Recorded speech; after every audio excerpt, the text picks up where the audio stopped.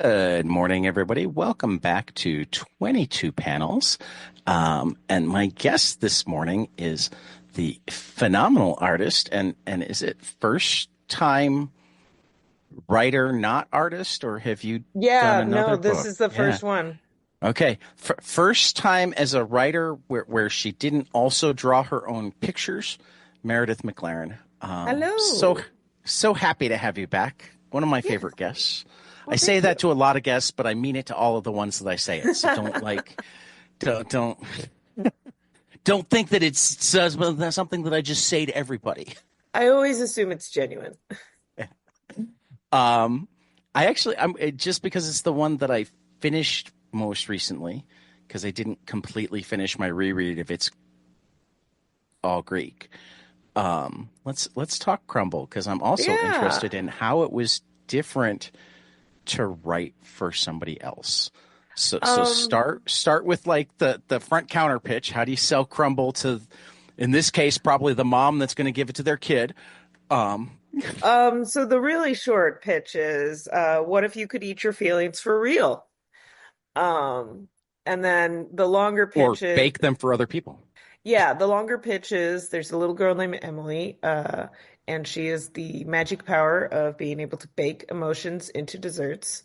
And she finds out what happens when you bake the bad ones. And it's not entirely what you would expect, but it makes sense once you get there. Right. Yeah. Um, so like inspiration for the book, and but Oh, in particular, how did you wind up writing a book that you didn't draw? I mean, I think of you as an artist first, yeah. and Me and, too. and you all. I mean, you do art that you wind up. I mean, hinges. Super sexy fun times. It's not like you haven't done plenty of writing, but like following your career, following your Patreon, I assume that like you make pictures and then put words to them more than you make words for somebody to draw pictures. So Yeah, I thought that was the path I was on too. It surprised me as well. So the story really did genuinely just come from, I had a professor in college who's like, sometimes all you need for a story is to take a random idiom and then just go, what if this was like completely 100% accurate? So it's like killing time or something like that. And I thought about eating feelings. I was probably, in a moment where I was thinking like, where I was genuinely thinking that, where I'm like, I need to go consume lots of foods to not feel anything anymore. Um, and I thought, well, what if you could actually do that? And so, and that's where it was born from. And, I told a couple people about it and they're like, that's a really good one. And so I'm like, all right. Um, as for not drawing it, uh, originally it was pitched with me as the artist attached as well.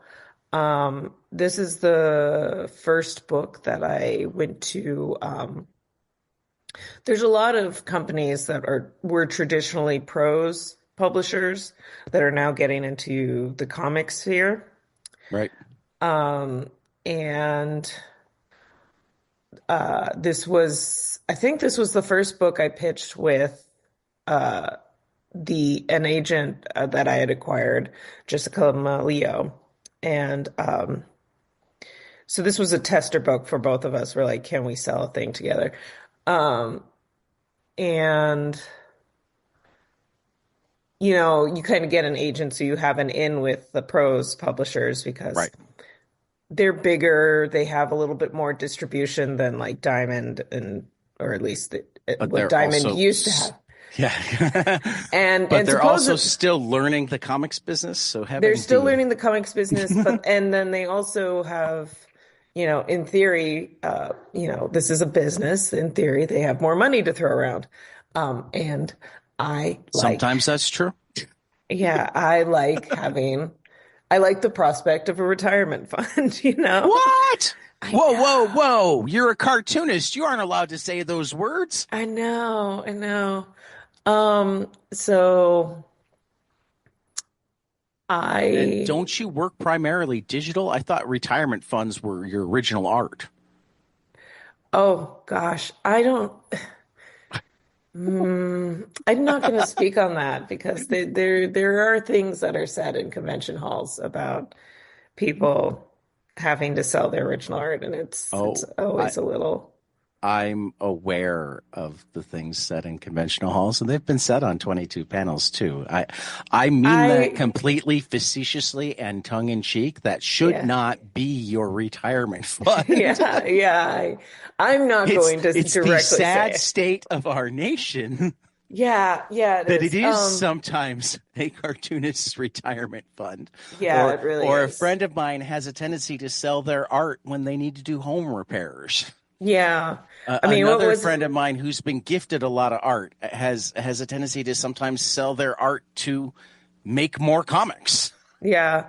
I mean, it's like it just reminds me of who was the guy who just passed. Rest in peace. I think his name Mike Lowe, the voice for Space Ghost Sounds right. on Space Ghost 'cause is like, and that was just before ECC. It was all anyone could talk about was just like how much Adult Swim kind of scammed that show that, was kind of a tentpole to Right. their entire late night lineup. And but so anyway, so me and Jessica, we're trying to see if we can, make a viable contract out of one of these companies. The company was Algonquin Press, which falls under the umbrella of Hatchet. Uh, and they everyone came back and they're like, we really, really love this story. Like, this is a good idea. We don't like your art. So, I'm like, oh, this is new. Like, usually my art is the selling point, and it's the writing that I kind of have to work on people for. Right. Um, That is but not the way I expected this story to go.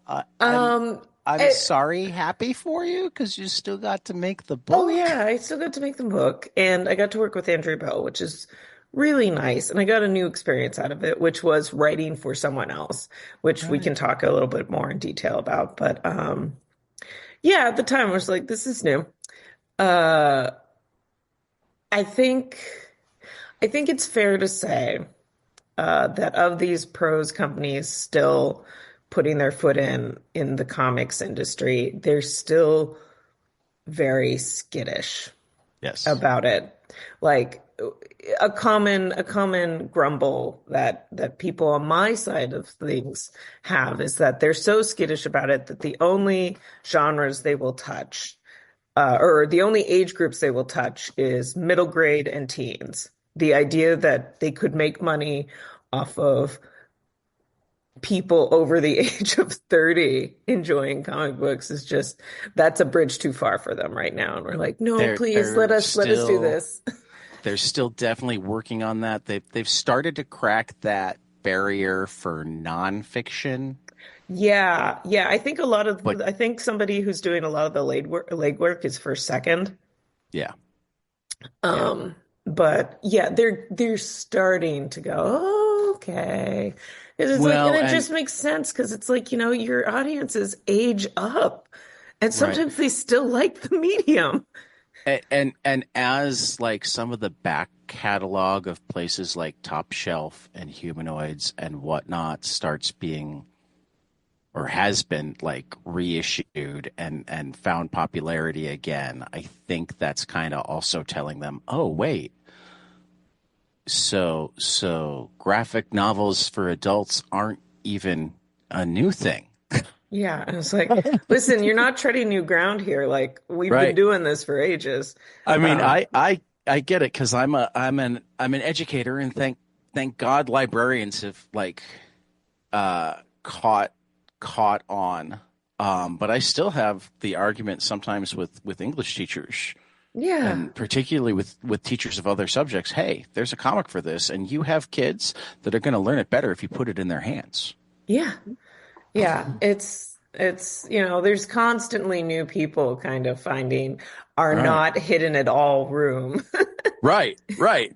Yeah. I've Like, we actually, have have you ever? banners and everything and balloons, please. Right. Have you ever I've decided that this is like our favorite our official like mantra now, and I gotta reach out to Nate and get permission and maybe like officially make it our mantra.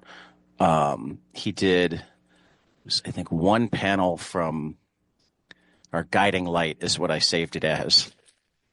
He did one panel from a comic that I think wound up in Lies Our Teachers Told Me or Save It for Later, but he did like an 8 panel thing for the nib Hmm. that he cut out. But what's always stuck with me is this one panel where you've got the burning comics in the background. And comics do have a built-in weakness. Creators and readers perpetually fight for the basic legitimacy of anything in the comics form against both decades-old stereotypes, dismissals, and today's attack on their unique strengths in making other Hmm. perspectives real and accessible.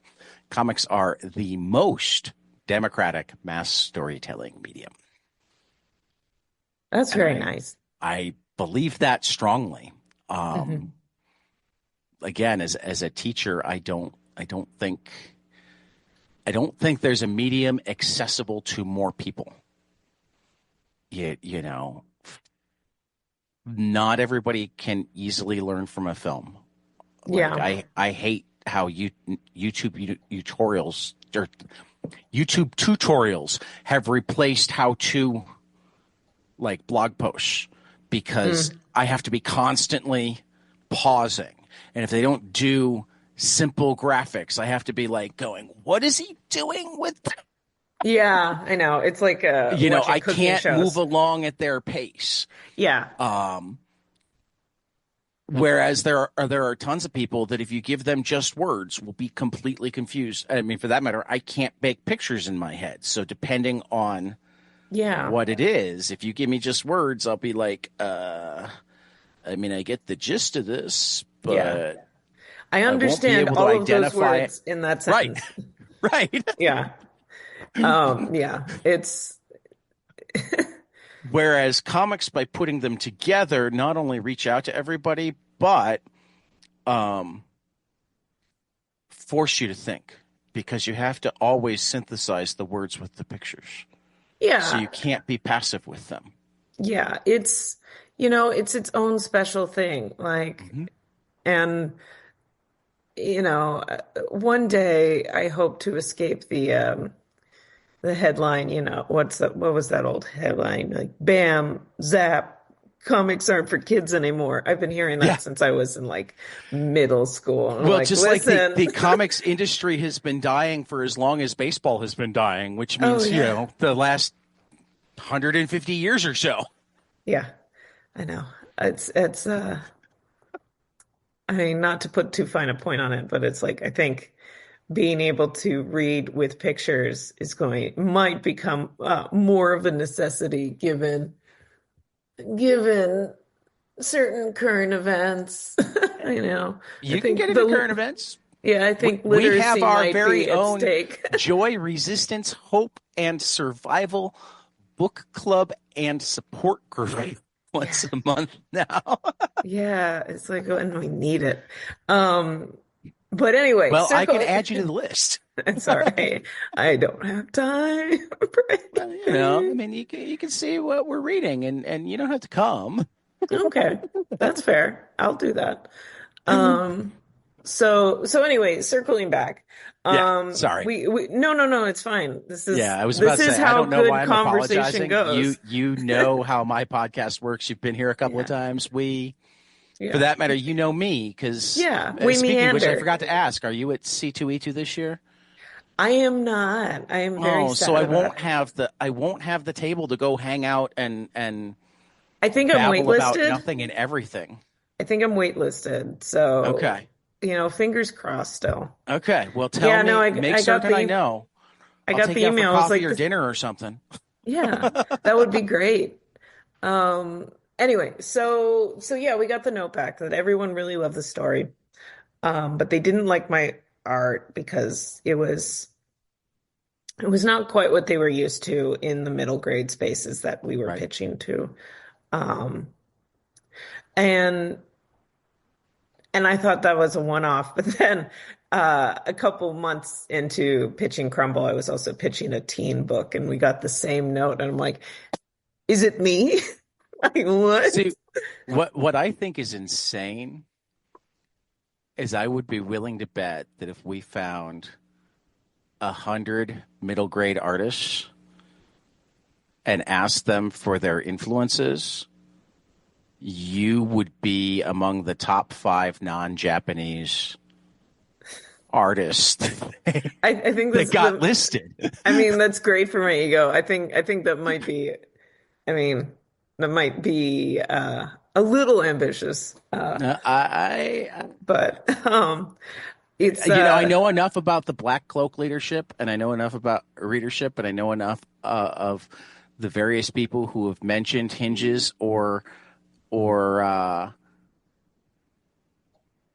hard in a box through the years that I am willing to also say that I don't think we would find that the majority of them have any American influences.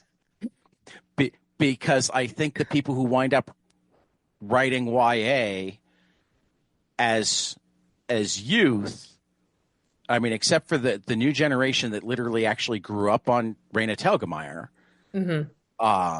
as youth, I think we're reading a lot more manga yeah, or European comics. yeah, yeah, definitely. Because, I know, because and they keep, yeah. they were like weren't into superheroes, and that was so much of what was easily available to them that they didn't think there was anything else until they discovered manga or Tintin or Asterix. You know what I mean? So, I mean, I don't want you necessarily to get such a big head that like it would be more than 5 or 6 of the 100 that we polled that said Meredith McClaren, but I would be willing to bet there wouldn't be many American artists that got more than that. I don't know. Raina and Hope Larson, maybe. Oh yeah. Well, and Because they've been at it long enough in the YA arena. Lucy Neasley has been doing a lot of good. Lucy's fantastic. I still want her on the show. She's in Yeah. Chicago. She goes to the comic shop I go in Chicago. I'm shocked that I haven't had her on the show yet, but I haven't. Oh, okay. But like her early work, Her early work was a lot more I would say mature. But I also feel like it was originally published by European publishers. I think so too, because I think it started with French Milk. Right. So but I don't know. I don't know enough about her own publishing history. Yeah. No, but I'm literally pulling up French Milk to see who published it. Yeah. I guess maybe it did come from Simon and Schuster. Okay. Anyway, so how she pulled that off, I have no idea because her early work falls into that made for adults. It's also nonfiction though. That's true. And like we discussed, that's a little, yeah, the Alison Bechdel thing. Yeah, and that's those are okay. You would be the very high on the list of American non-diarist comics cartoonists. How about that? Okay. Yeah, no, I'll take that. I'm gonna have to get more specific, and I'm sorry that makes it smaller, but no, it's fine. I just see your style in enough of and I read all sorts of comics. I read too many YA comics. I mean, not really too many YA comics, because that would be like to say I read too many comics. And I don't read too many comics, even though I read thousands of pages of comics a week. Yes. But yeah, so yeah, we went to the publishers and actually got that note from a couple different publishers and was like, this is weird. Maybe I don't exist in these spaces as an artist in the future, which is why I was so surprised. The new book that was announced, The Rift, like they finally let me draw that one, and so I'm like, oh, good. I won them over. Anyway, so the nice thing about that is I kind of had to activate a new part of my brain and was like, okay, I have to collaborate with somebody in a different way than usual. Thankfully, there was another artist at the agency that was represented. Her name's Andrea Bell. And they're like, well, we can reach out to Andrea and see if she's interested. And I don't know if she's Chicago. She is Chicago. She She is is, yes. because that same comic shop, and I didn't manage to make it down there on the day, but Andrea Bell was at Challenger's Comics and Conversation to debut Yeah, yeah, she had Crumble. a whole She, party. she did a party there that I Yeah, wanted to go to, and I think I had a podcast to record. yeah. But I hope you get a chance to talk to her because she's absolutely lovely. Yeah. And she does some great work. I think the book she was on just before Crumble was called The Leak, which was about young journalism, which was great. So we hit it off, and she was interested, and that was when the publishers were finally like, okay, this could work. So the fun part for me, uh, writing for somebody else is when you usually draw your own scripts, sometimes when you're scripting, all you can say is stuff, and you'll know what you mean. And I couldn't do that this time. And so I found myself trying to be Did you do like, it on accident ever and have Andrea call you and go, Meredith, what does stuff mean? no, I think I must not have because there was no try and there was no questions like that. Um, so so yeah, I found myself like trying to like be really specific, and I still feel like I was sort of you have to be specific enough that they know what you're trying to tap into, at least emotionally. Like that's the most important part, emotionally. Um, but just kind of vague enough that you give them wiggle room, like you give them Right, their own space to um, fill the spaces that you've left for them. right. So, and I think we did that. So. So that's how it I, worked for Crumble. And I couldn't have had a better first I person didn't. working with for that. This is like the type of question that I never would have asked at the beginning of this podcast, but I've wound up learning so much about comics being made and particular things that wind up frustrating and pissing off various people at various steps in the process. Who lettered the book?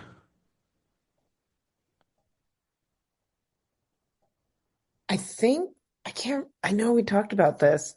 Because I don't actually. I mean, this is actually one of the things that frustrates me about um, most of the Yeah. No, this is a good question non-comic and I book. should know it. Well, Um I mean, what you've managed to tell me is that it likely wasn't you or Andrea. Um, I think it might have been Andrea because she okay. she asked about it. Let me grab a book real fast and see if No, it that's credits fine. anyone else. Hold on. I mean, I see that the design was Neil Schwab.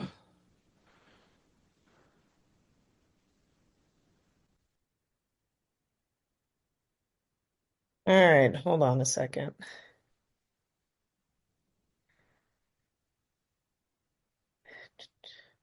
And thank you for putting the resources at the back. I think more Yeah, that books need was to that have was those there. actually Algonquin's idea, and I really appreciate it. Yeah. They did the right thing there. Yeah. Okay, I think if it wasn't Andrea, I think it actually was Hatchet themselves or Algonquin themselves. Right. I mean, and the only reason that I asked the question is actually that one of the more difficult things that I hear from letterers, and it seems to happen most with people who are either used to doing their own lettering or not used to doing or writing the dialogue, is Hmm. is when there wind up having to be massive changes in the lettering after the first pass of lettering has been done. Yeah. And they're like, you understand that the size of the balloon is. Yeah, yeah. I think it was Andrea because I know they were there in the very first page sketches. Okay. Um, So you were confident in your words and didn't have to drive her nuts changing much, or she was kind right. enough not to say anything. We had gone through enough. We had gone through enough permutations through the script that by the time it was handed off to Andrea, I think the only revisions that needed to be made were like, there's a comma here, you know. Right. Okay. So It's just the, it pops in. Do you know Emmy Guinness at all? the name's familiar. I'm so bad with names. No, I get it. Is it And Amy or Emmy? Emmy, Emigennnis. She both writes and draws Yes. Okay. and teaches comics. But she also gave a presentation at CXC last year about what we talk about when we talk about bad lettering. Oh yeah. So that combined with the fact that I think we've had more letterists on our podcast than any other podcast makes it something that pops into my head, I think, more than it does for a lot of people. Because one of Yeah. her strong things is there shouldn't be a lettering pass. If the writer can't get it right before the lettering, then tough. Mhm. And I don't know I if I think I completely agree with agree her with her. almost 75%. Right. I think the only reason in which that would change is if the art like transcends the script, you Right. know, which does Right. happen. Like Yeah, yeah. sometimes the artist delivers something where it's like, Okay. I So have to so change this because you something can so take poignant. away bubbles but not add them. Yeah, no, you can't take away from the art. Like, first and foremost, the page is being read Right. visually before it's being Right. read, you know. But I mean that's the other thing. I mean people think of it as this little thing for letterists, and on one level it is, No. but on another level, like they plan their schedule months in advance because in general, to make it a career, they have to be doing about a book a day. So if Yeah. they need to take another pass, even if it's only an hour or so, that's almost always an hour beyond the 10 hours that they already scheduled Yeah, it's themselves to work beyond that day. physical capabilities. Yeah. Right. The farther I get in this industry, first, the more I appreciate good letterers, and Yeah. the second, because bad lettering really can just kill Hmm. a book. Hmm. And then, so first, I appreciate that. And then um, second, I appreciate like how poorly they're treated. Because like We're just it's overlooked. yeah. I It's mean, like more they and more, need, you know, if we ever start getting more appreciation in the right. industry, we need to I, take them with us because I they mean, need to be treated more and better too. more, while I've come to understand the hierarchy better, Hmm. I think the hierarchy has to do with the ability to make the book great without thinking about how important it is to not kill the book. Because I think every single level of production can kill a book. Yeah. Um, but I think the hierarchy comes down to which one can transcend the other ones being average to bad and still have a great book. And I think by and large the writers still have the most power over that. The artists a very close second. Um, with the biggest surprising thing with artists and the reason that they don't get enough credit is the ones that can save a book aren't actually necessarily the ones that are the prettiest artists. They're the ones that are the best storytellers. Yeah. This was the problem with the early Image years. They had some great, very pretty artists Yes. that were mediocre storytellers, and they didn't have good writers. Yeah. Yeah, Um, I can agree with that. There's definitely some books where it's like it's nice to look at as a stationary illustration, but there's no acting right, going on. right. I mean, the and rest in peace. And he was a great cover artist, but like Michael Turner is always the guy I look at. That I've never bought a Michael Turner book because I've never come across a Michael Turner book that like I enjoyed reading. It's like, yes, very, very pretty pictures. The story is terrible. Yeah, I I get why people like his art. I could do with a little bit more clothes on some of it and way more story, yeah, I think that was still a period of time where I was reading more manga than anything right?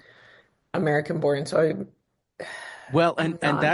I think that's why manga captured that generation because if you weren't a collector, manga was always about the storytelling. Hmm.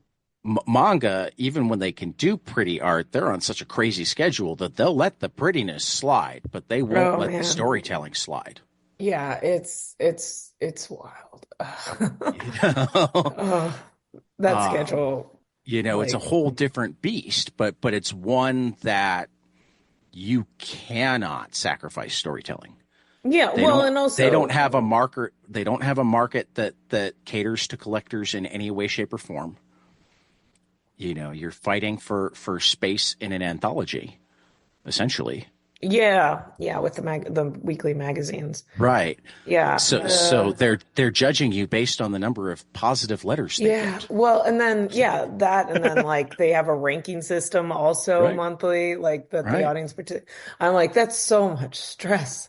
Yeah. Uh That's we haven't had a mangaka or anybody who truly understands that market on the show, and that's like on my yeah. top of I would my really, white yeah. whale list that I would love to talk to somebody who truly understands the Japanese market, Yeah, you that would know, be really, really interesting. Because I because mean, frankly, the matter of it is like you never see them do interviews because they have no time. no, and Oh, like Cartoons Crossroad has started bringing mangakas out one every year, and I just haven't managed to get to their talks yet.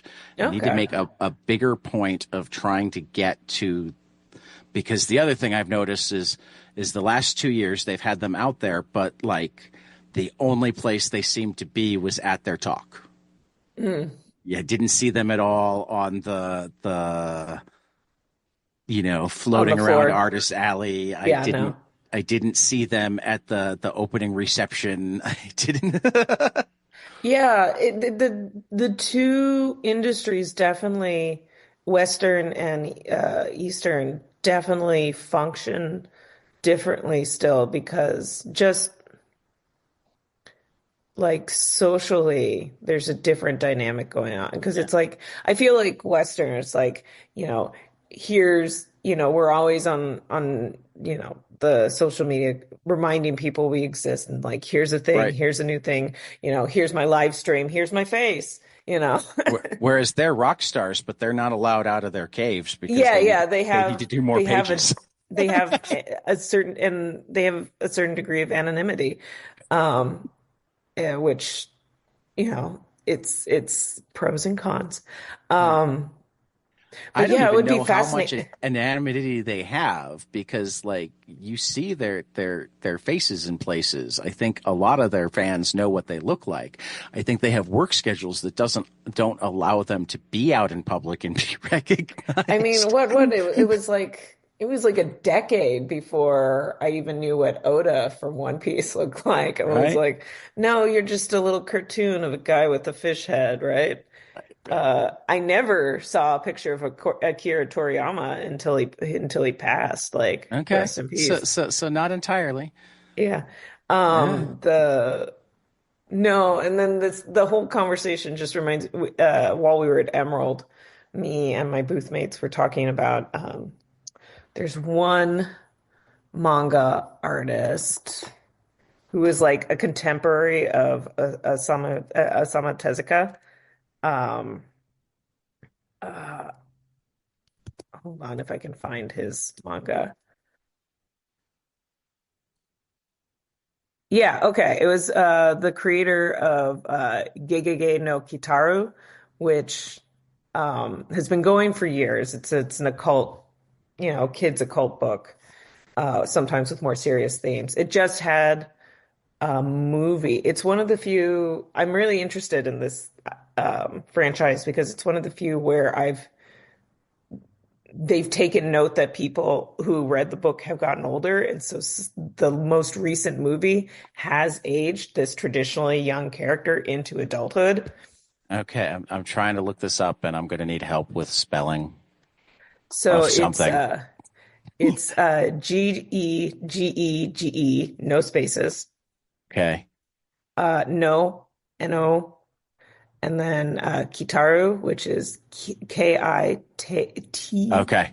Okay, N n n Amazon. I think, now Google is helping me fill stuff in. yeah, it's a little kid with bangs over one eye. Um, and I Okay, think it just got a new movie out on, Shigeru Mizuki. Is yeah, that the? Crunchyroll.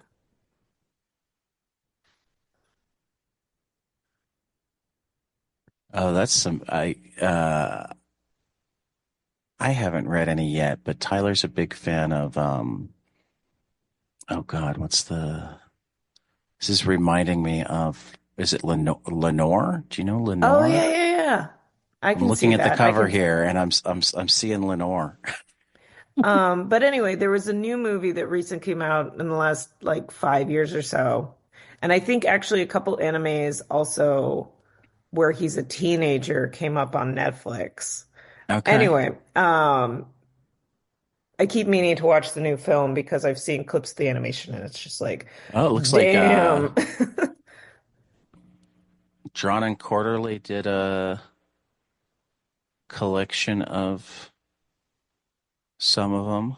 Yeah. So, the point Wow, that I the was Kataro's story began life as a Kamishibai in 1933.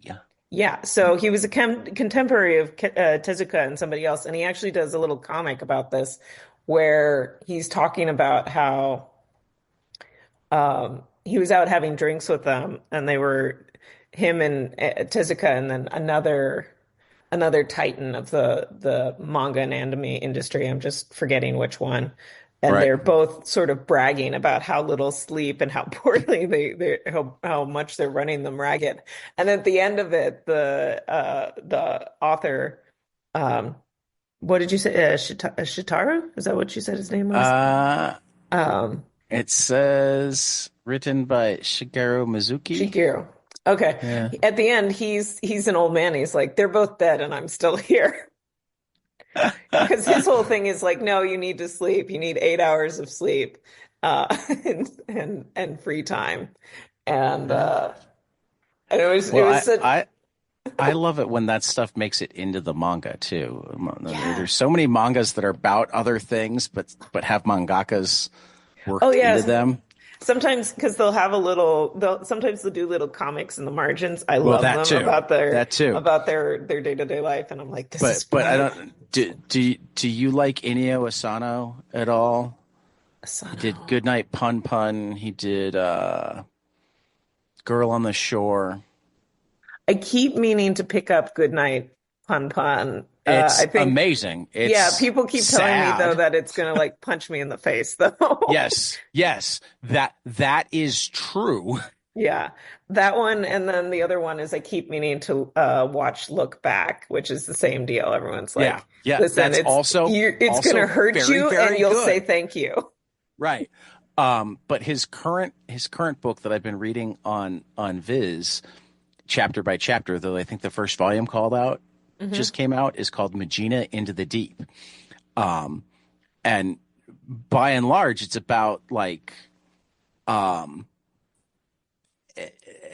it's a futuristic society where you can literally like either lose or sell your rights to being a human being, which the downside of this is that like you don't get any of the things that humans in Japan are um entitled to like you can't own property, the police won't help you, blah, blah, blah. The upside to this is you're also not subject to any of their laws. Mm. So like a lot of the people who are Magina are like assassins, Okay.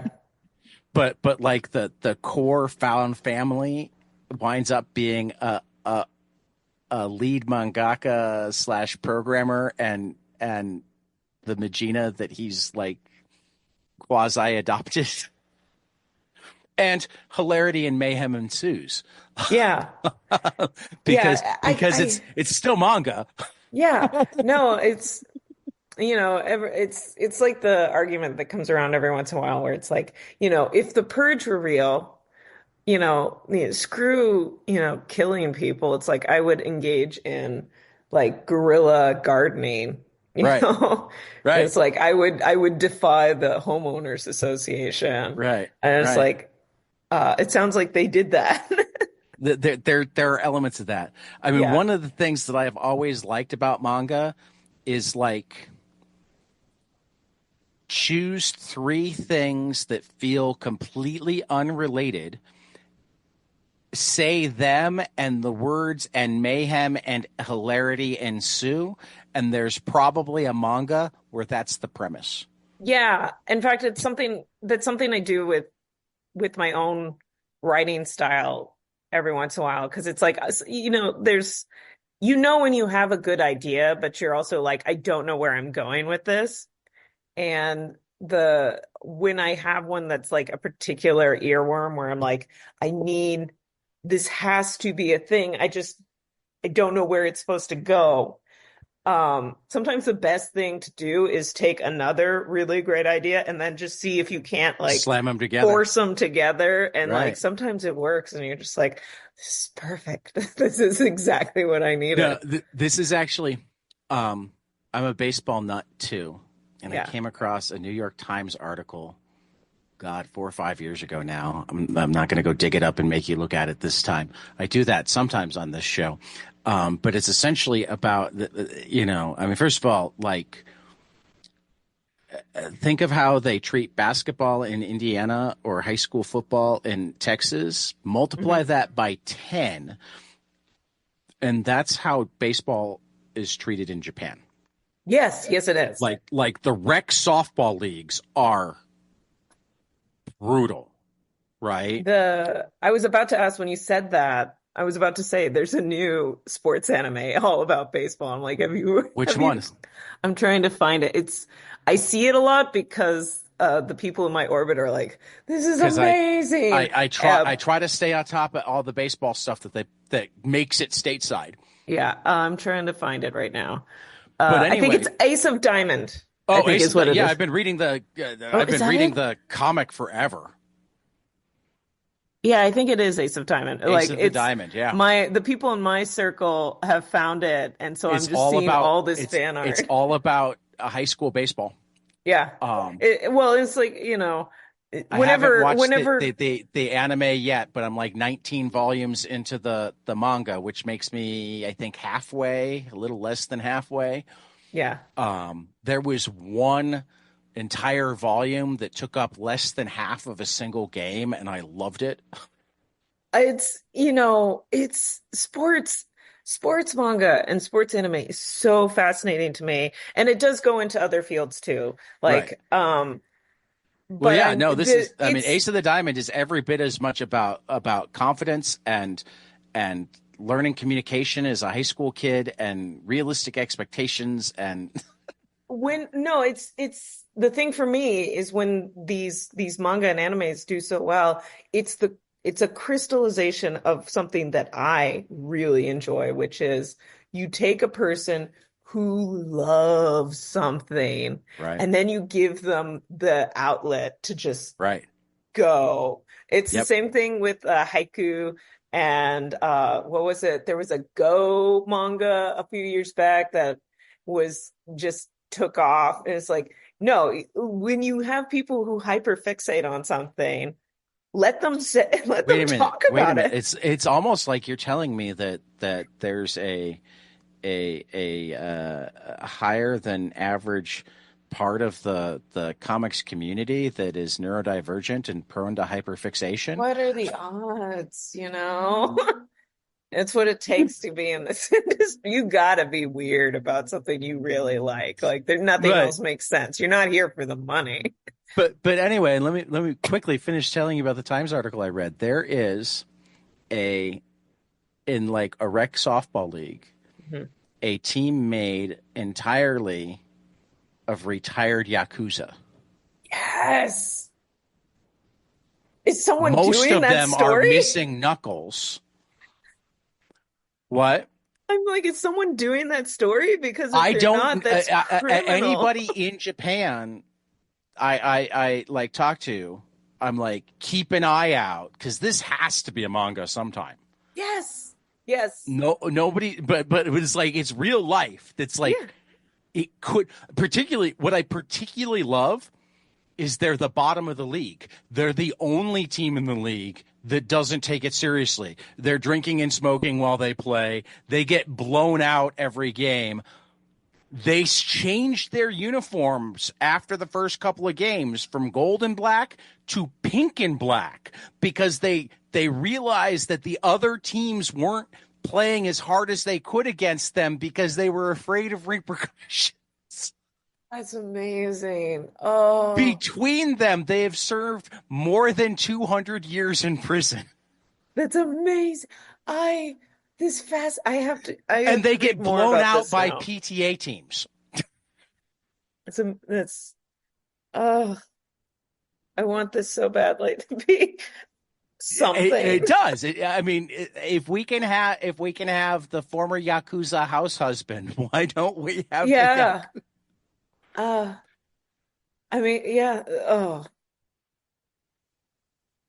sometimes there's things that are nonfiction, things that are totally true, and they hit you in the face, and you're like, why is no one else talking about this?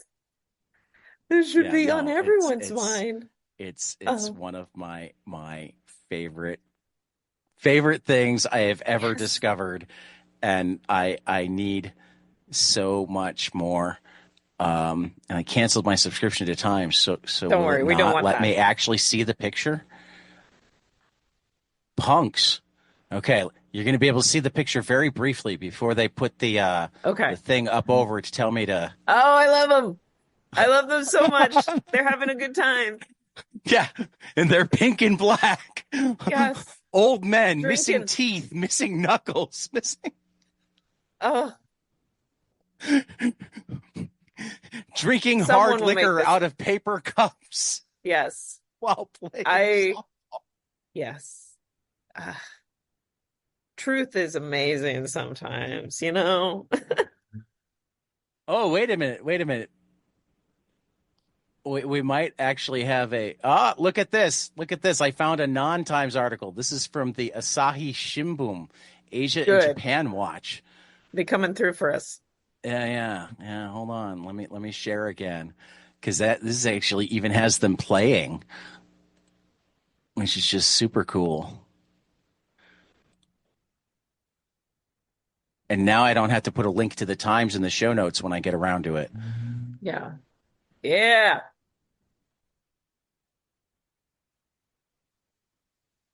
Oh my God. This is,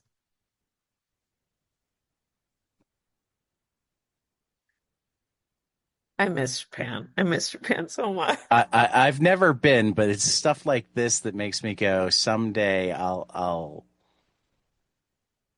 need to make a trip. Yeah. Yeah. If you can do. I mean, they take two of my favorite things so much more seriously than my own country does. Yes. And more also through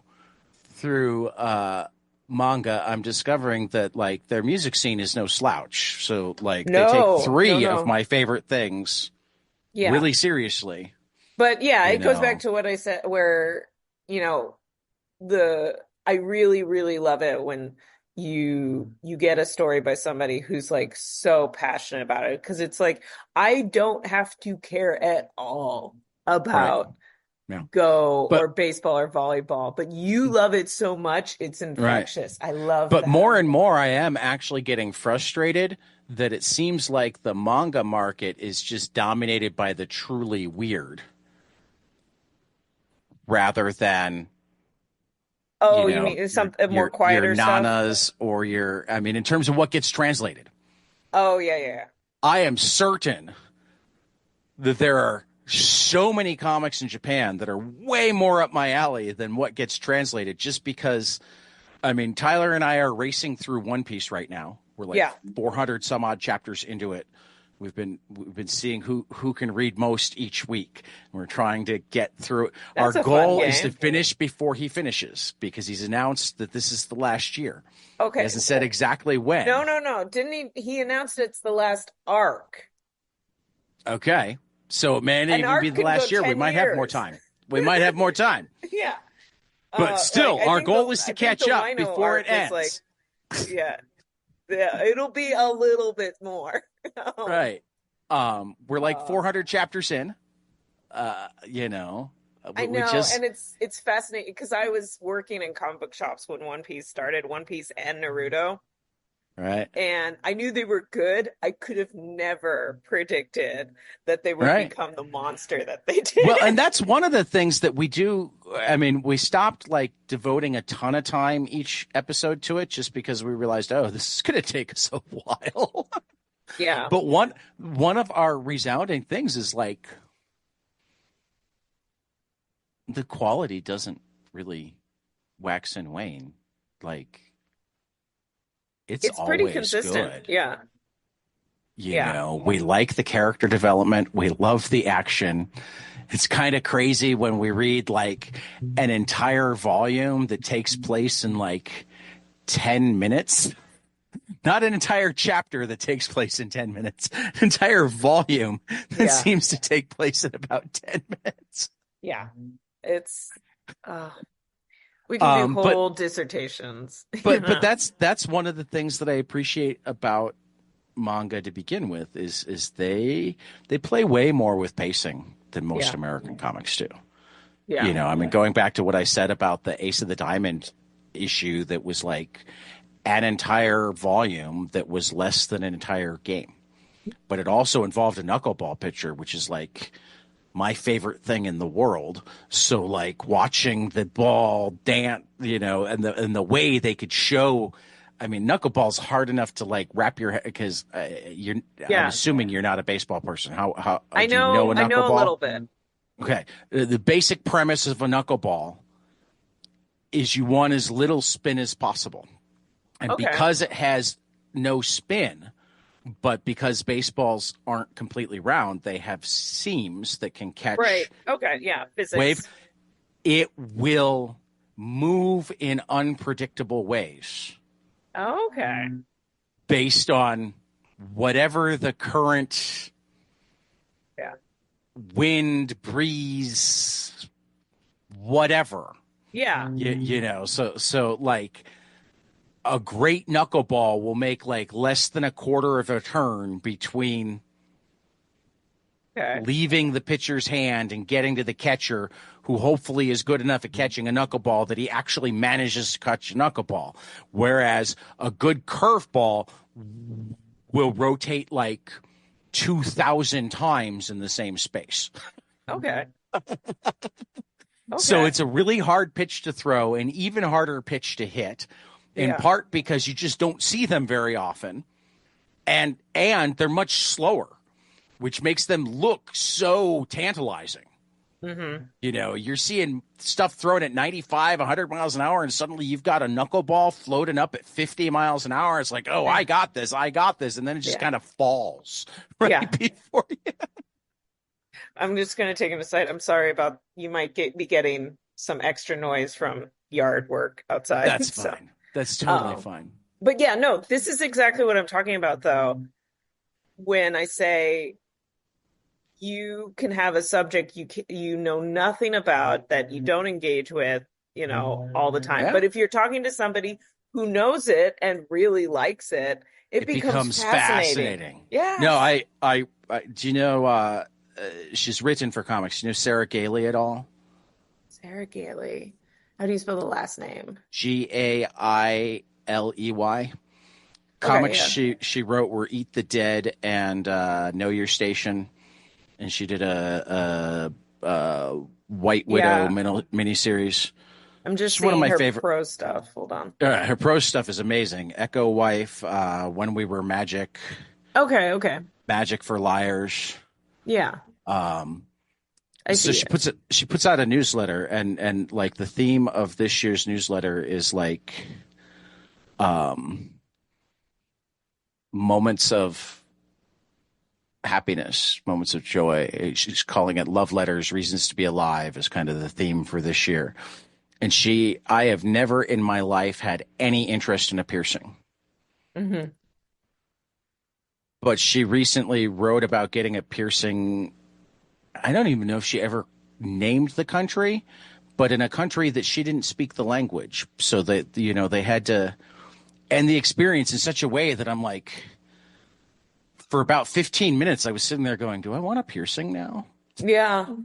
I had a similar experience. Some friends of mine went to Japan recently and they went to get tattooed, like not big tattoos, but small Right. tattoos. And as we know, the tattoo culture in Japan is completely different. Yep. Like it's changing, but it's still different.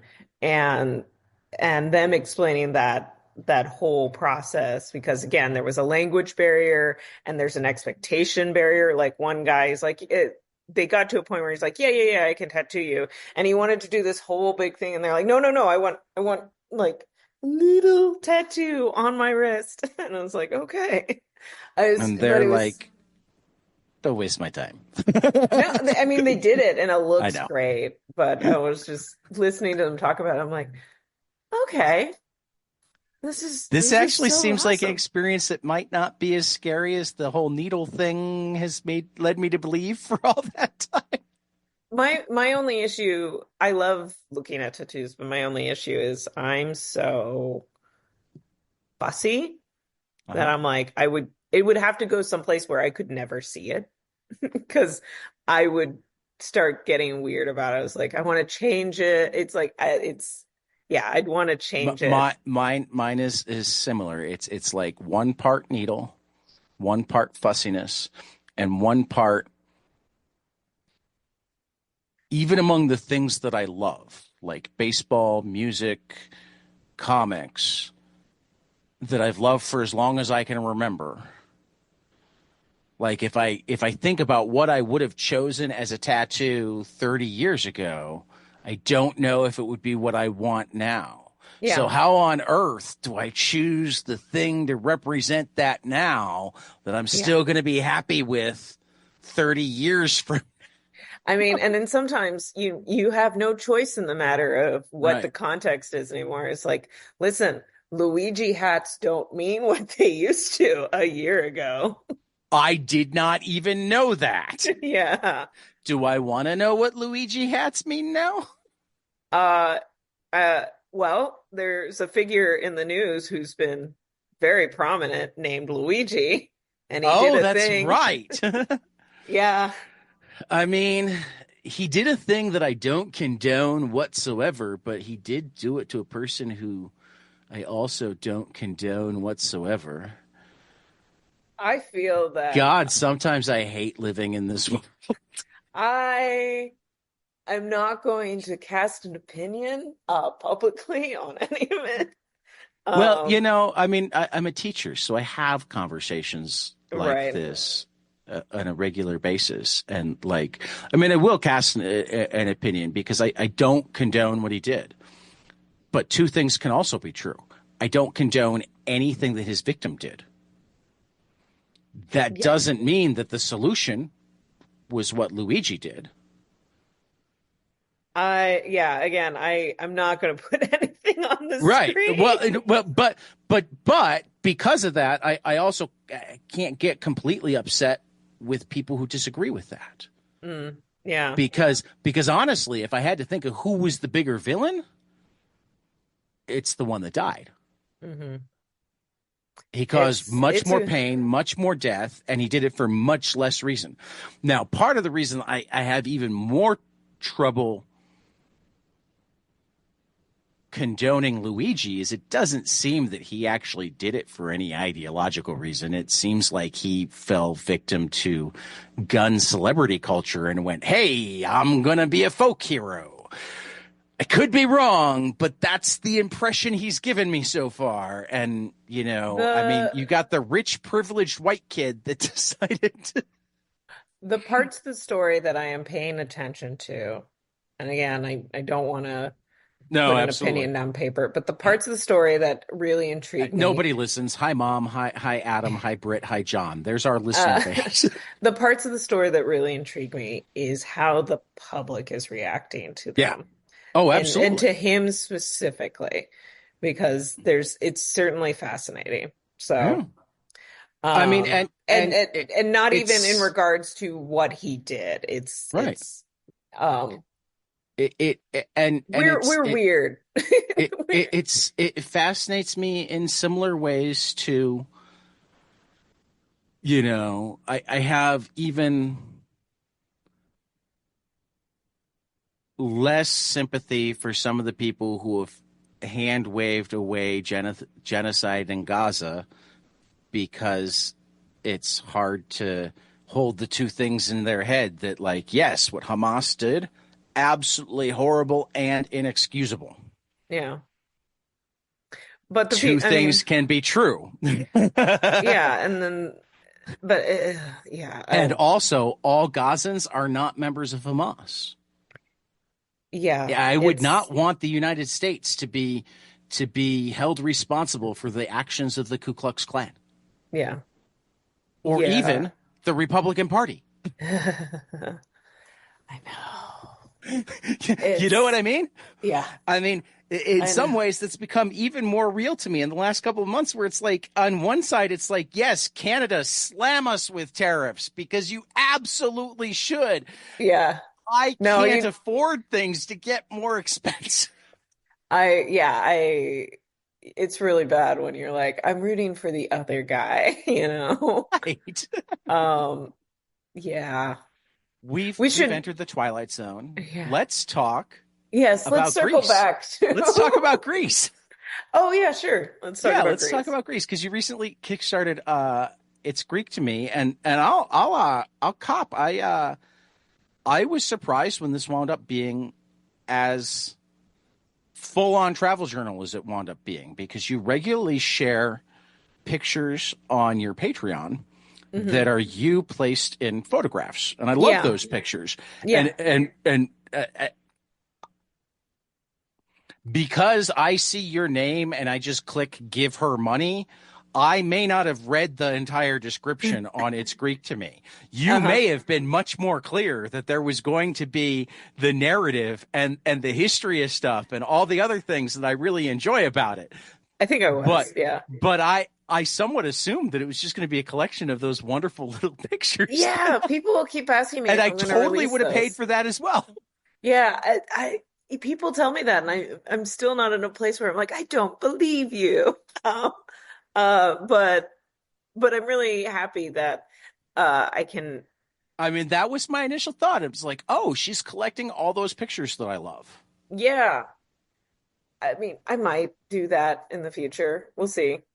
Yeah. Um, But I think it's I even cooler that you gave us well, here's what I'm going to say. I'm going to start by explaining my experience with it's Greek to Me, and then I'll let you give the yeah, pitch because yeah, it's all Greek.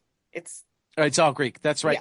yeah. I keep calling No, it the no, wrong no. thing because I'm just Yeah, well, no, and to get back to what we said about lettering, like I've also discovered that people reading the actual title on the book, they having trouble with that, and it's all geek, it's all, yeah, and so again, lettering is important.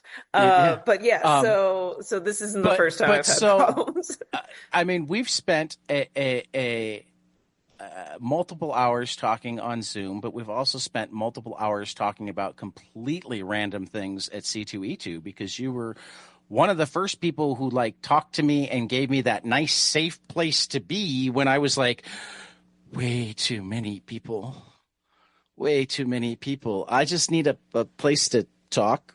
Yeah. Yeah. I need to just Um, chill. I need a bubble. so you became one of my bubbles. Yeah. Um, so I don't want to say that I wound up learning a ton about you and how your brain worked from this because we've had crazy enough conversations Yeah. that it made sense to me. But what did catch me and what I wound up loving as I read it is I'm like, oh, this is just unfiltered Meredith. Yeah. This That's a good way of is putting it. Like this this is what my is brain does. I mean, for that matter, I even showed my wife a couple of pages where I'm like, here she is giving you the history of this, both the fresco of the The bull men, jumping.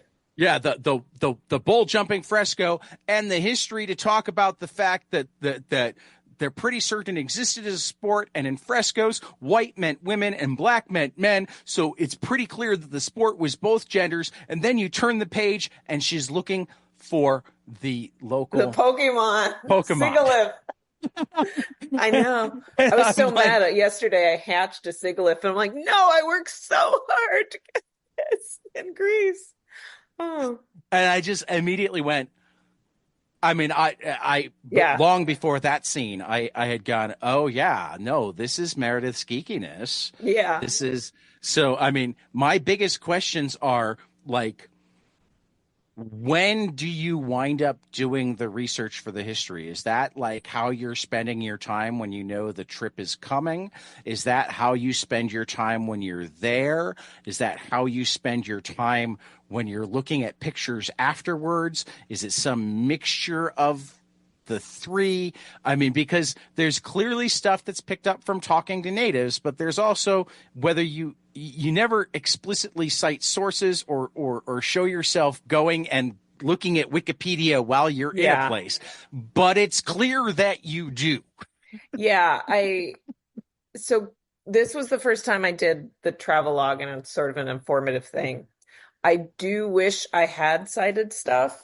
Okay. Um, because a lot of It's All Greek did come like from something the locals told me, and then I dug Okay. in a little bit more.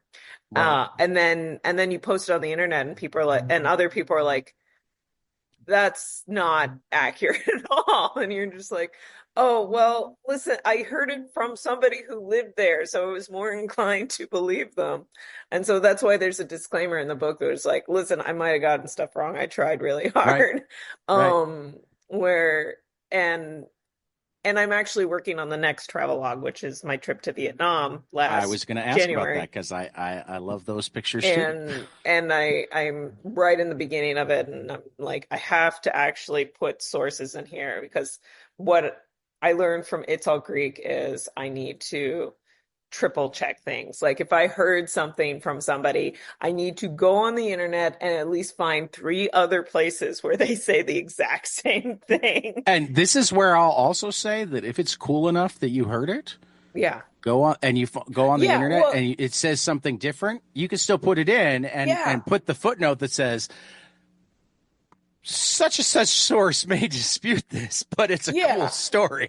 Yeah, no, and to go back to It's All Greek, the whole thing about Santorini and the white paint, the blue domes, like you just cannot get a source to why they are like that. Right. But you can get three different really interesting stories as to why it may have happened. Right. Um, I love that part. yeah, so my what I go in how I go into this is because that was your original question. When I know I'm going on a trip that will probably become a travelogue, I first I'll spend a couple weeks, maybe a month before, looking up specifically the weird stuff. Where I'm like, I'll be on Atlas Obscura, which is a really great travel, weird things site. I'll be, what are the Instagrammable spots? Like what are people paying attention to? where's the interesting food, the food that you can't get anywhere else in the world. Um, and also just where are people being the weirdest absolute freaks? Um, I was really disappointed because this will also be a travel log after Vietnam. I was just in South Africa, Okay. and there's just not, I know people are weird, but it's still not enough on people's radar that you get a lot of information going in. Okay. Like, and so it's like, no, no, I know they're weird little freaks there. You know, where are they hiding? Help me find them. Anyway, so that's where I start from. It's like I don't get a lot of information, but I'm like, these are the really quirky things. Then I get there and what the locals tell me that I find interesting, like I'll file it away. It'll go in the bare bones script that I write daily. Like daily, I'll write, this is what I did today. This was the interesting stuff. And then when I come home, that's when I'll dig a little deeper into everything and try to find either sources or details or confirmation that this is why this has happened this way. So, So you just, I mean, you brought up Weird in South Africa, and I don't know Weird in South Africa, but if you ever read Aya, Life in no, Yap City, or Face the Music, it's no. actually Drawn and Quarterly put it out. It's Marguerite Aboué and Clement Albreri. I'm Okay. probably butchering their, Okay. but I'll put but that on a list. it's it's realistic fiction based on um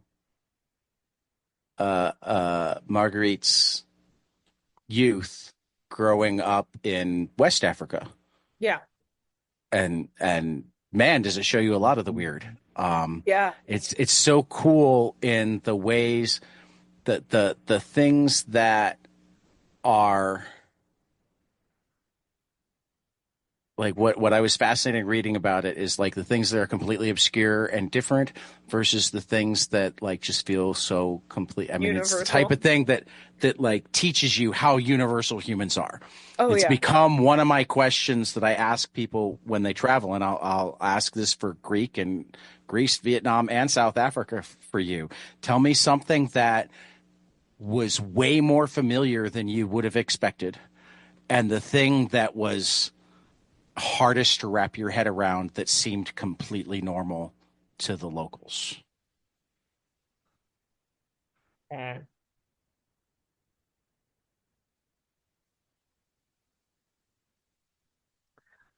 Hmm. Okay, I'm actually gonna have to break up the first question. That's fair. The thing that I found the most similar between the US and South Africa was a difficulty uh, in different groups being candid about their nation's history. Because in America, and it's specifically white people, Right. Difficulty among white people. yeah, We could um, say that. We're white people. We could call yeah, ourselves out. we have between both countries, there is this understanding that a great harm was done, uh, and but there is Well, also depending like, on which white people in each country, it affects oh yeah, which group they think was harmed. yeah, and then also in South Africa, it's like, you had the Dutch, you had the French, you had the Right. British, you have everybody, and it's like, who didn't take a piece out of this country? Right. Like, they're struggling now, and there's no reason for them to have struggled because when I was there, the thing that most struck out is how naturally beautiful and rich in resources this country should be. Right. But yeah, and the two tour guides that we had in South Africa, because it is still, it's a tumultuous country. Hmm. Um, I felt much, honestly, I'm I'm a delicate flower. I felt safer with a tour group. That Um, that's fair. yeah, but our two tour guides were Afrikaans, which is, people who Right. came from the Dutch heritage of Africa, and they. I don't.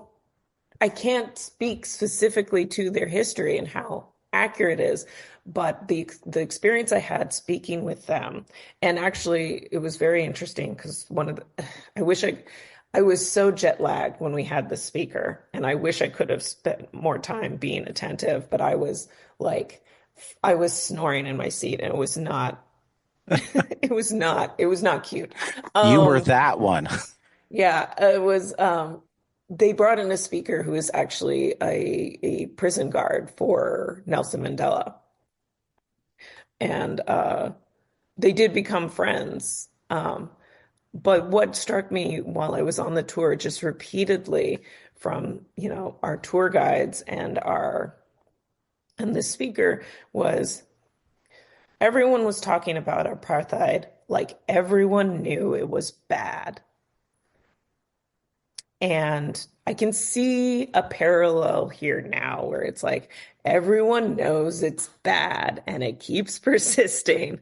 But there's also a part of your brain that's like, which is really trying to reconcile. It's like some people didn't know it was bad and they were really trying to hold on to it. Well, And and like what I always love when you see that, because depending on where and what group, it's always slavery or civil rights in America that's that. Um, and like they try to play both ends, everybody knows it's bad versus like when somebody older says something they shouldn't, or when somebody brings up the horrible things done by somebody in history, it's like, well, it was a different time, they didn't know any better, and it's like, wait a minute. yeah, Which one no, is it? when I was in South Africa, they weren't playing that angle. They Okay, were that's they were good. specifically playing the angle though of everyone knew it was bad. And when they were talking, it's like how much of this is at the time you really did know it was bad, and how much of this is you recontextualizing events in your head so that there's a little less shame to it. Yeah, yeah. And that's a completely human thing to do. Like I It is. understand that. It is. Um, It's infuriating, yeah. but it's completely Um, human. so that was a deep similarity that struck out to me between our two countries. In Vietnam, the people who you are surrounded by are the people who are wrong. So they are very, very upfront and very candid about everything that happened. So they're like, this is what happened.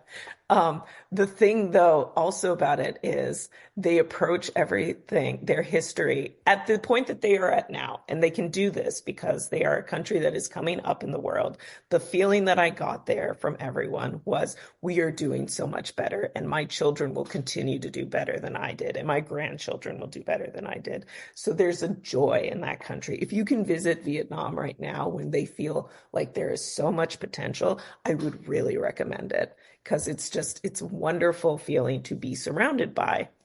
Um, but it also affords them an ability to be sort of, after it's not a dark humor, but it's like, they know what happened, and they're still, and they can tell you about it, um, while still being really nice. And there's a smile on their face. All Like right. they understand what happened, and they're like, it's better now. So it's not a laughter about it. It's more a joy that they survived. Yeah. It's just like, we survived. We're doing better. No, it wasn't because of you, but also the terrors weren't because of you, because you weren't alive yet. The the really fascinating thing about being in Vietnam, and this tour group specifically. So these tours that I've been, Greece was something my dad organized because he's Right. great at that. But the South Africa and the Vietnam one are a company called Vermont Bike Tours, which are lovely. And they arrange everything. Um, Does this mean you also did a lot of bicycling? God, yes. It's not my favorite thing. And that was the first thing I thought when I started on the Vietnam travelogue is I'm gonna have to dress so many bicycles. If you're an artist, you know the terror. Horses and bicycles and chain link I was about to fences. say They're it could be worse. It could have been horses. yeah. But so um they were saying when we were in Vietnam that the people, some of the one of the highest percentages of groups of people that they see coming to Vietnam are Vietnam vets, are American Vietnam vets trying to reconcile their history with this Right. space. And the people in Vietnam could not be more welcoming to them. Yeah. Like the feeling there is, it was all shit. It was all Yeah. shit, and we were all there. And it's almost a Well, I mean, camaraderie, even when they were both on opposite sides, it's almost a camaraderie about how awful it was. I have never served in battle, thank Hmm. God. Um, and there's nobody alive that's had to serve in battle to protect American soil. Yeah. Um, I think the more you're protecting your homeland, the more you are likely to understand that the people you're fighting against aren't your enemies nearly as much as the people who are asking them to fight against you. Yeah. Yeah. When you're actually in the trenches, you can see them going through the emotions that you're going through. It's Yeah. one of the reasons that there's so much PTSD among our returning soldiers. It's not just what they went through in terms of getting shot at, it's what they went through in terms of the things that they did. Because when you get up and close and personal, you're no longer doing it to Afghanistan or to bin Hmm. Laden. You're doing Yeah. it to that guy on the side of the road that cried and Yeah. pled or whatever. And I mean, like we were talking earlier, like the more you're among people, the more it becomes clear that like there are huge portions of humanity that are just universal. Yeah. Well, and to bring it back to Greece, like that was something that really struck out. Greece had So the thing about the trip to Greece that was so interesting to me is I knew nothing about it, And it's like I have no context. If you send me over to Japan, I'm like, I know the history of gacha machines. I know the history of, Tales of Genji. I know, it's always been like a deep fascination. But with Greece, I'm like, I don't know anything. I don't know it's exciting because it's like I don't know what I'm going to latch onto.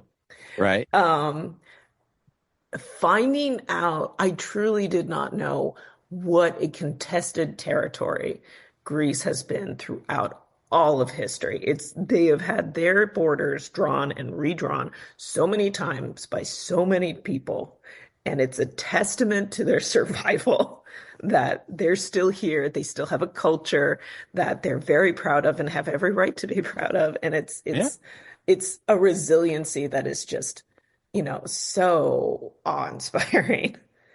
That was the thing that struck out. And I hope it reads in the book that was the thing that was like, this is this is what it means to be Greek. It's to, have people constantly coming in and telling you who you are, what's going on, or what country you belong to now, and them going, we're still Greek, this is our thing, and we're going to keep doing it. Like there's a stubbornness to them that becomes very endearing when you know that how hard it was to hold on to. Yeah. Yeah. No, I that definitely has come through in my read. Hmm. Just the pride in the land.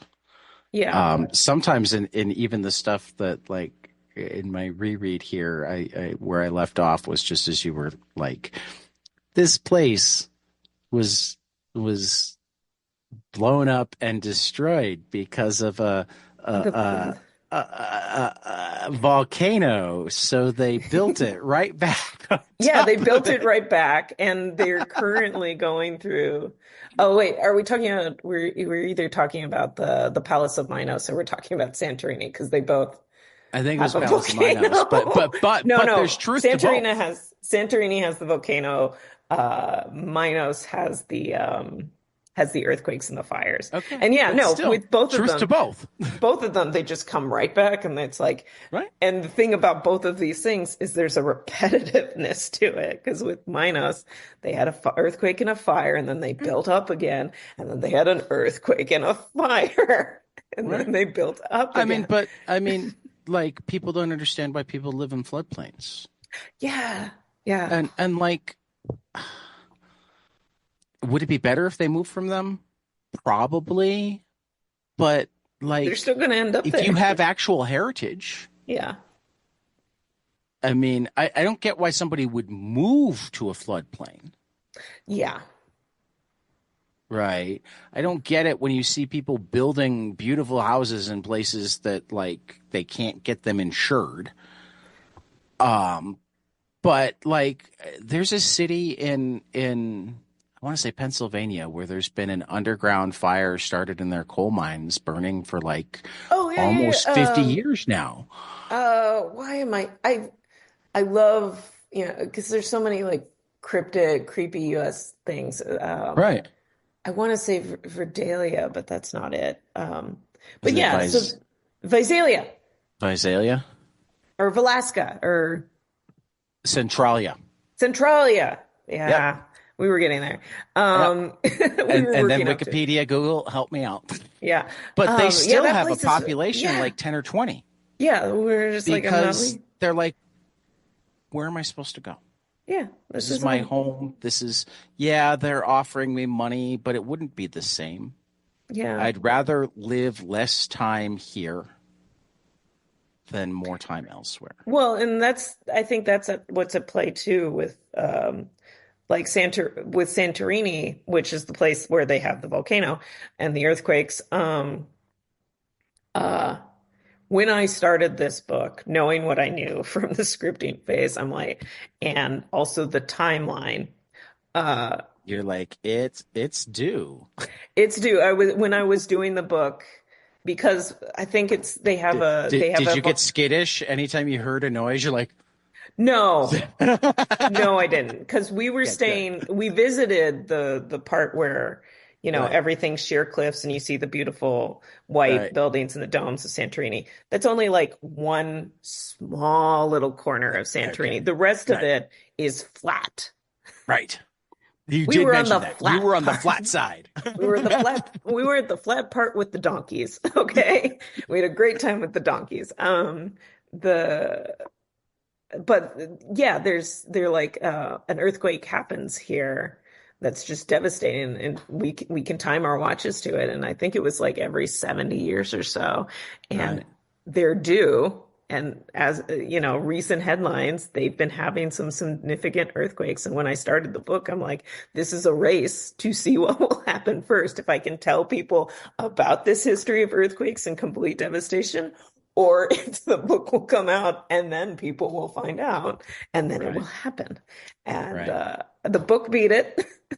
So, but it was, yeah. But the thing, like first I was going to say, when they have these devastating events, specifically in Santorini, the result of the build back was they came back better. They got electricity and Mhm. roads on the island, which is not something they had before. Like they saw an Well, and opportunity to be I better. appreciated them taking advantage of I the love that story. church tax I exemption love to that story so much. I grew up in Wheaton, Illinois, which is I don't know how much is apocryphal. Um, I'm certain that large amounts of it have to do with Wheaton College, the home of the Billy Graham Center, can, has all of its buildings for tax purposes considered churches. But like a thing that would go around was that like we had more churches per capita than any other city in the world, though based on your numbers for Santorini, it's probably close. But it also made me wonder, like, I know it's Wheaton College and taxes, but was there more to it? Did they build up churches Yeah, way yeah. back when as a way to get power out from Chicago to I think it get the was a train to stop to I think it was something that the Vatican was doing, so it's Right. possible that the I mean, same we don't have a deal lot of extended Catholic elsewhere. churches in Wheaton, only a couple. Hmm. I We would look got into it. Yeah, I'm no, sure it's there's a I'm story there. fascinated now. Yeah, If it's beyond just the college wanting to keep tax exempt status for, their dorms and yeah. their like duplexes that they bought as student housing. Yeah. Well, and just to so I can circle back to Right, where my please. brain was. Um, when we were talking about, people living in these places where that have like a like significant history of devastation. Um, and I think this also, like I said, it goes back to their history of, Mhm. constantly being in wars and having other people fight over them. Well, I mean, Um, you started noting it even on your day in London, yeah. you know, with The the things that hadn't been repaired. They've yeah, been left as a testament to their yeah. survival. Yeah, and I didn't that's always fun to me because I didn't know that that's where we were going when I made Right. note of it in the book. But the I think with Greek and the ties into their history and is sort of like in the DNA of Greek people now is yes, something bad is going to happen here eventually. Right. But let's enjoy it while it's nice, Yeah. And that's the thing. I mean, honestly, as much as we like to say that we want to preserve our history, and like that almost always refers to Confederate statues. Um, you never hear calls to go out of the way to preserve the Negro League ballpark. Yeah. Half the time you don't even hear calls to preserve the old church. You hear more about, oh, because of its landmark status, we can't do this or that or the other thing. And it's like, I don't understand that part of American culture. Yeah, we're still in a place where there's these okay, so plantations, here's my feeling. Plantations should be preserved because not because they're great wedding venues, I mean, but apparently. that's why they are. That's why they are. Why the reason they should be reserved and where our heads should shift is I remember I'm going to speak anecdotally. I remember somebody reading how they were a tour guide at one of these plantations and they were talking to, a very sweet Southern lady. Um, Sounded like she was about middle age, and they were explaining what happened to kids. And the woman like broke into tears, like not like she was breaking into almost kind of hysterics because she couldn't wrap around the fact that they would take babies from their mothers. Hmm. And to the rest of us who are more familiar with this history, who are not, you know, to be fair, this woman probably grew up in a place where people were not giving her this information. Oh, Like they were absolutely. casting it in a completely different light. So this would have been world changing for her. But for the rest of us who, grew up in different areas with different perspectives, the rest of us are like, well, duh. Yes, Right. that's exactly what they did. Like it's obvious to us. And then um Well, and this is one of I'm the not places why there's wars over history books is yeah. like, you know, It's fascinating. Yeah, it's fascinating to watch in real time as people try to and like for that matter, like I agree that some of the plantations should be kept, but I fear that they've already torn down the parts that needed to be kept the most, which is the yeah. shacks that the slaves lived in. Yeah, but so yeah, If they you should leave it be as just the pretty thing, yeah. it's you've already gotten rid of Yeah. part of the Yeah, important history. yeah, it's yeah, as a country, we're still, I constantly have to remind myself that we are a fairly new country Yeah, still in the we're world incredibly stage, young. and so we're still in And that. I We're also still wonder, kind of, well, and I wonder if that's part of it. I wonder if any of these countries we talk about that are proud of their heritage and go out of their way to, I mean, what they did to rebuild Notre Dame was yeah, ridiculous. And I can't think of a single thing in the United States that we would wind up taking that level of care with. yeah, But there's also not a single thing in the United States that's that old. yeah. Um, well, there are. So, They're just not acknowledged. I mean, like there's okay, burial mounds that are, okay, okay. yeah. Well, but I understand. I'm being that's not actually the United States. That's the land that used fair. to be the United States. That's fair. So I mean, it's like there were things in France before Paris. It got Yes. built. So I mean, because where I was going with that is, I wonder how much the Greeks of Alexander's time cared about preserving something when it was just, Yeah. I mean, think of Vesuvius didn't get rebuilt. Yeah. Yeah. It's like, turns out this is a bad place for a city. Yeah. Yeah. It's just it's so in its own way though, that did preserve it, It you did, know? Like how much have it's always because we were lucky enough that somebody found it again. yes, yes, it's true. If that's it's I mean, it's like what people they choose to just found acknowledge another and tomb in the Egyptian desert that was yeah, mostly untouched. yeah, But really, that's because it turned out that that tomb was put in a bad place where it got completely covered by sand quickly enough that they decided, we're not putting tombs here anymore. yeah, yeah, And then it was forgotten by time. yeah. And I just find that so fun, It you is. know? But I do sometimes have to remind myself with the United States, like when we talk Right. about preserving our history, like I don't know of any nation that was anywhere near as young Right. as we are was worried about preserving individual buildings yet.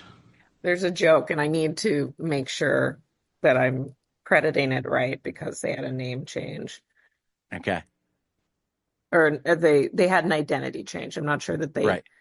uh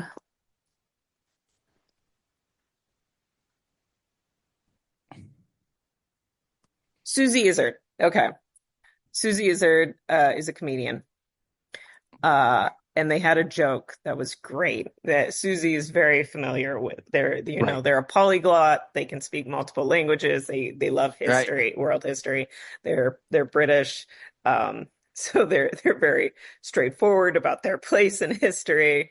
Um, and there's a joke that they tell where it's like, you know, when you're in an American museum. It's like, and this structure Okay. was So made 40 years ago. No, surely not. No one was alive back then.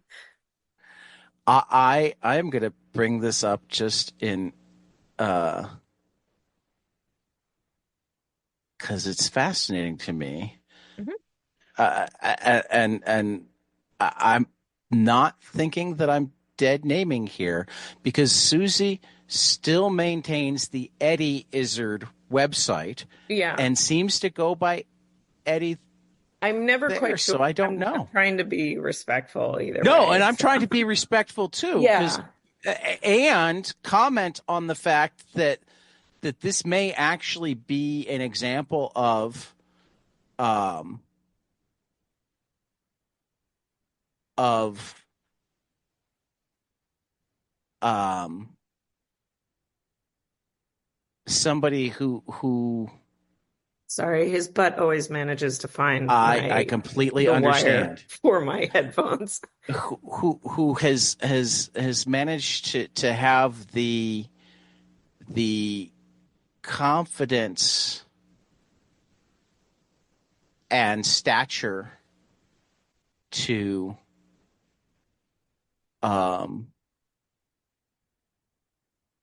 yeah, because even on YouTube where it says Susie Izzard, I'm here being my own authentic self, she says, also known as Eddie Izzard. And they've always been known for their fluidity. Yeah. So I wonder how much they're specifically trying to say, hey, it's even more complicated. Yeah. Yeah. No, both sides. Get I over agree with that. yourself.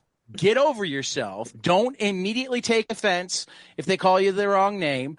Don't think that it's somehow hard for somebody to say, actually, could you call me this? I mean, how is that different from a Robert saying, I prefer Bob? Yeah. Has anybody ever complained when they call somebody Bob and they say, actually, I prefer Rob? So why should you give a damn? Yeah. And I mean, yeah. But also, I would be willing to bet, and I can say this even like with from trans people in my life, most of whom take it better, and they also go through a period where it's like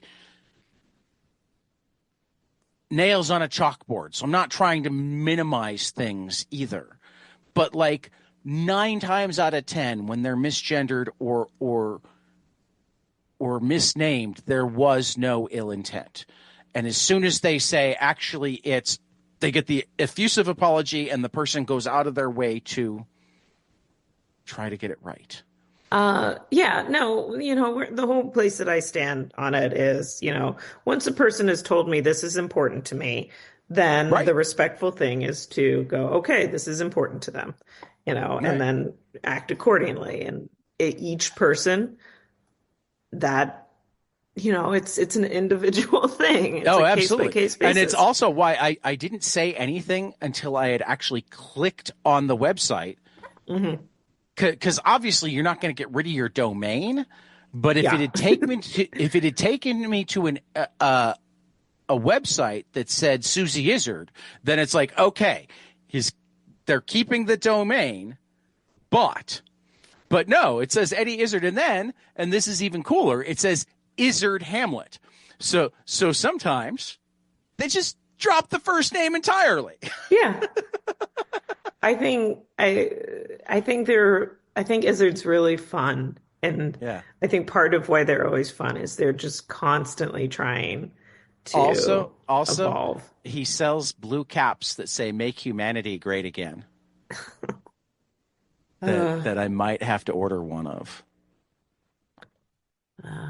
Cause that's kind of cool. Unless they're out. Because I clicked on it and now I'm going through the store and I'm not seeing it. Yeah, no. Oh, there it is. There it is. Make Humanity Great Again baseball cap. Oh, is sold out. You can still get the mask. If you want the face mask, still the face mask. The baseball cap. People will be more upset about the face mask than the hat. I know. Talk about ways to push people's triggers in 1,000 different ways at once. Meredith, we're starting to come up on 2 hours. We are. Did not even we talk. Overshot. Well, and I'm gonna toss a shout out to and make my one quick comment about Meat Eaters. Yes, Meat yes, Eaters sir. Coming out this fall as well. July, just summer. So I'll have to have you back even sooner to try to talk Meat Eaters. I would love to.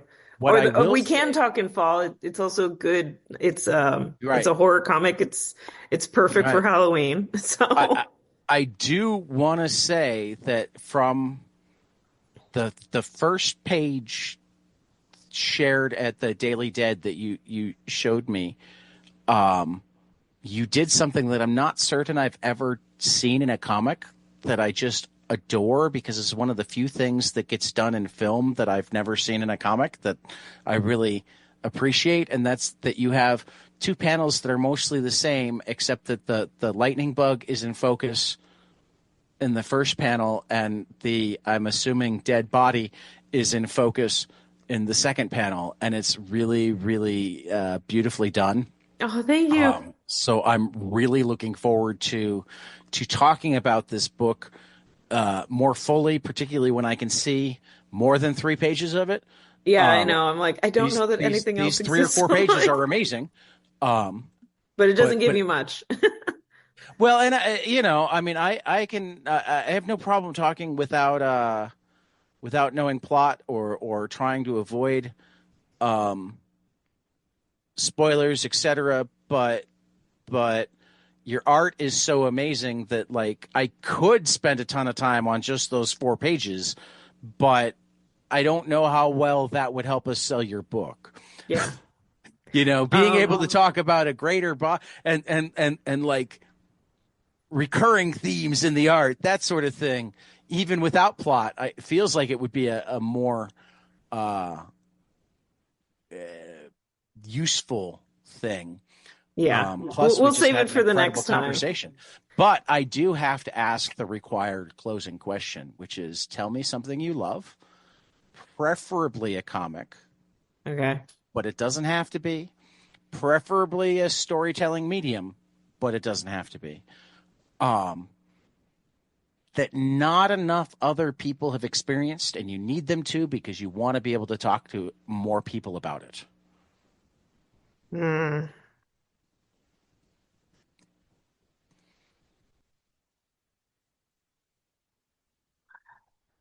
Let's see. While you're thinking, you can tell me the cat's name too. His name's Chaco. He's Oh, very he's he's he's very adorable. yes, he's a terrible gentleman. I Um, understand how that goes. yeah. I closed the door this time before recording. Otherwise, Eddie would have popped up on my shoulders at some point. Yeah, they only do this when I'm on a Zoom call. Yeah, no, Okay, I so switched to the headphone because Eddie used to knock over the stand mic, but only while I was using it. yeah.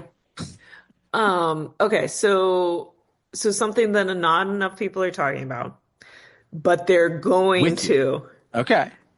very soon because the anime is coming out, and I think it's going to have the same reception that Dungeon Meshi did, which I had the Okay. same feelings about, where it's like not enough people know that this is amazing, and then the anime came out on Netflix, and everyone's like, "This is amazing." It's like, yes, I know. Um, the Dungeon Meshi is it's Delicious in Dungeon. Sorry, okay. That I know that one. yeah. I just didn't know it as Dungeon Meshi. The I think the new one that's going to take people by storm is called Witch Hat Atelier. Oh, Uh, I've only read the first volume of that, but oh, yeah. it's so beautiful, Yeah. and it's Yeah. And uh, I'm not certain that you haven't recommended that on the show before, but you're allowed to recommend it again if neither of us can remember if you've recommended it I don't before. know. Maybe I have, maybe Because I haven't. I know that this is not the first time that that's been the answer to this question. I Oh just yeah, don't remember if you were the first, if you were the other I time. might have been. It's on And my. that's, It's in my head because like hey, it's the anime is that in coming. some ways that makes it even cooler because it's so much still in your head after however much time. It's like we're gonna Yeah, say this again. yeah. And then the other one. What was the other? The other question is. It was just the one question. You can just use Oh, whatever. and then the Preferably a media thing. comic, but if you Oh, a need to go story. outside of the medium of comics, preferably storytelling. But if you really wanted to give me music or a piece of art, I'm not going to Oh, turn okay. down Eddie answer is what I mean. Oh, actually, I am gonna, and it's something that I'm gonna talk about in the South Africa book because it was a story I'd not heard anything about. Um, and you're a music guy, so you might appreciate Yeah. it. It's an artist. He's passed. His name was Rodriguez, and he did a song called Sugar Man, or it was either a song or an album called Sugar Man. It did not take out off here in the States. It did phenomenally well in South Africa. Like he was considered a contemporary, like and of the same stature of like the you would hear him in pubs as much as you would hear Elvis and the Beatles. Okay. Sixto Rodriguez, Sugar Man. The thing There about is it a was, documentary. Yeah, and the documentary is because he had no idea that he that had he was taken huge. off in the record label that had the license to all his songs. Right. Because of how it works going overseas, everything just got lost in translation, and it got jumbled. And so it just got to this point where a lot of people in South Africa thought he was dead. And that's why Oh he was wow. never in the news or anything. It wasn't until the people in that documentary started digging into it and they're like, nobody knows this person's history. That they found out that it was a guy who was working in construction. I believe he was like in Illinois or Detroit or something. And he had no idea.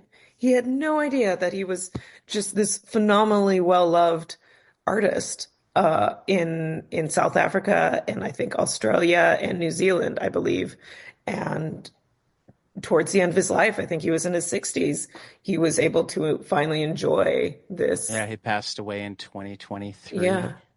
And it's just, that is an amazing story that I look forward to Yeah. finding a few more details about. I'm gonna have to watch that documentary at the very I haven't least. watched the documentary yet, but it's just, and And it's also funny because, there is an official website, sugarman.org, all the yeah, facts. yeah.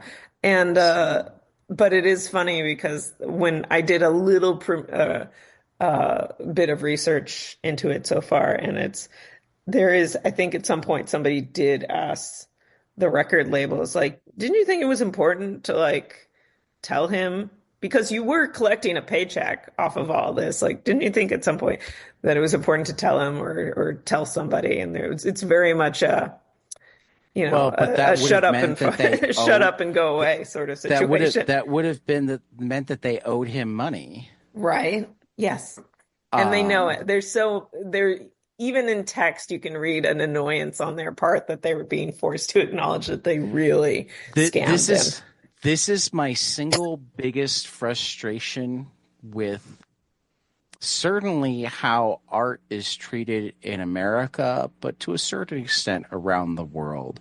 The people who pay for the art, like, somehow have it in their heads that the people who make the art aren't doing real work. Yeah. I mean, it's this conversation is so old and we're having a new chapter in it with all the Right, AI stuff. right. And it's like, And it's if it just, was so invaluable, like, why are you desperate to have it? right. Why are you fighting in court for your access to it? If anybody can do it, why don't you just make your own rather than paying? I mean, there's this idea that like marketing it is the hard part. Yeah. And I'm Uh, not saying that marketing is no, no, easy, and no, but marketing is fascinating, but also, right. yeah, it's just, it's always it's a conversation that is Finding the equally printer is the fascinating and hard part. exhausting. Right. But yeah, no, a couple of people in my sphere the other day were talking. Apparently, people are starting to use AI on for zines, and the rest of us were just like, that destroy the whole entire purpose of a zine is to be bad at something. Like it's like I mean, they're and don't get me wrong, I'm of two minds on AI. I think that there needs to be a much more ethical way to do it, where if it's using you as source material, there needs to be a trail to say that it's using you as source material. If that is then being used for any sort of profit whatsoever, then you are entitled to a portion of that profit, that, just like sampling or whatever, right? Um, but I'm just old enough to remember how many people hated it, would call digital artists not artists. that yes, and that's So true. I'm not The convinced that it's impossible to have true art where AI is being used as a tool. I'm not certain that I've seen any yet. Yeah. Uh, In fact, I'm I, pretty certain that I haven't seen any yet. But I don't know that I think it's impossible for there to be an AI tool that makes, Yeah. And this is also why I hate calling it AI, because nothing is actually AI winds up, I mean, particularly in the education sphere. I've been at trainings where I'm like, you're calling all of this AI, but some of it is simple programming, some of it is machine learning, some of it is machine learning being applied to a large language model, some of it is just complex programming, and they're Yeah. not all the same thing. Yeah, a lot of things that are very useful are unfortunately falling under the AI umbrella.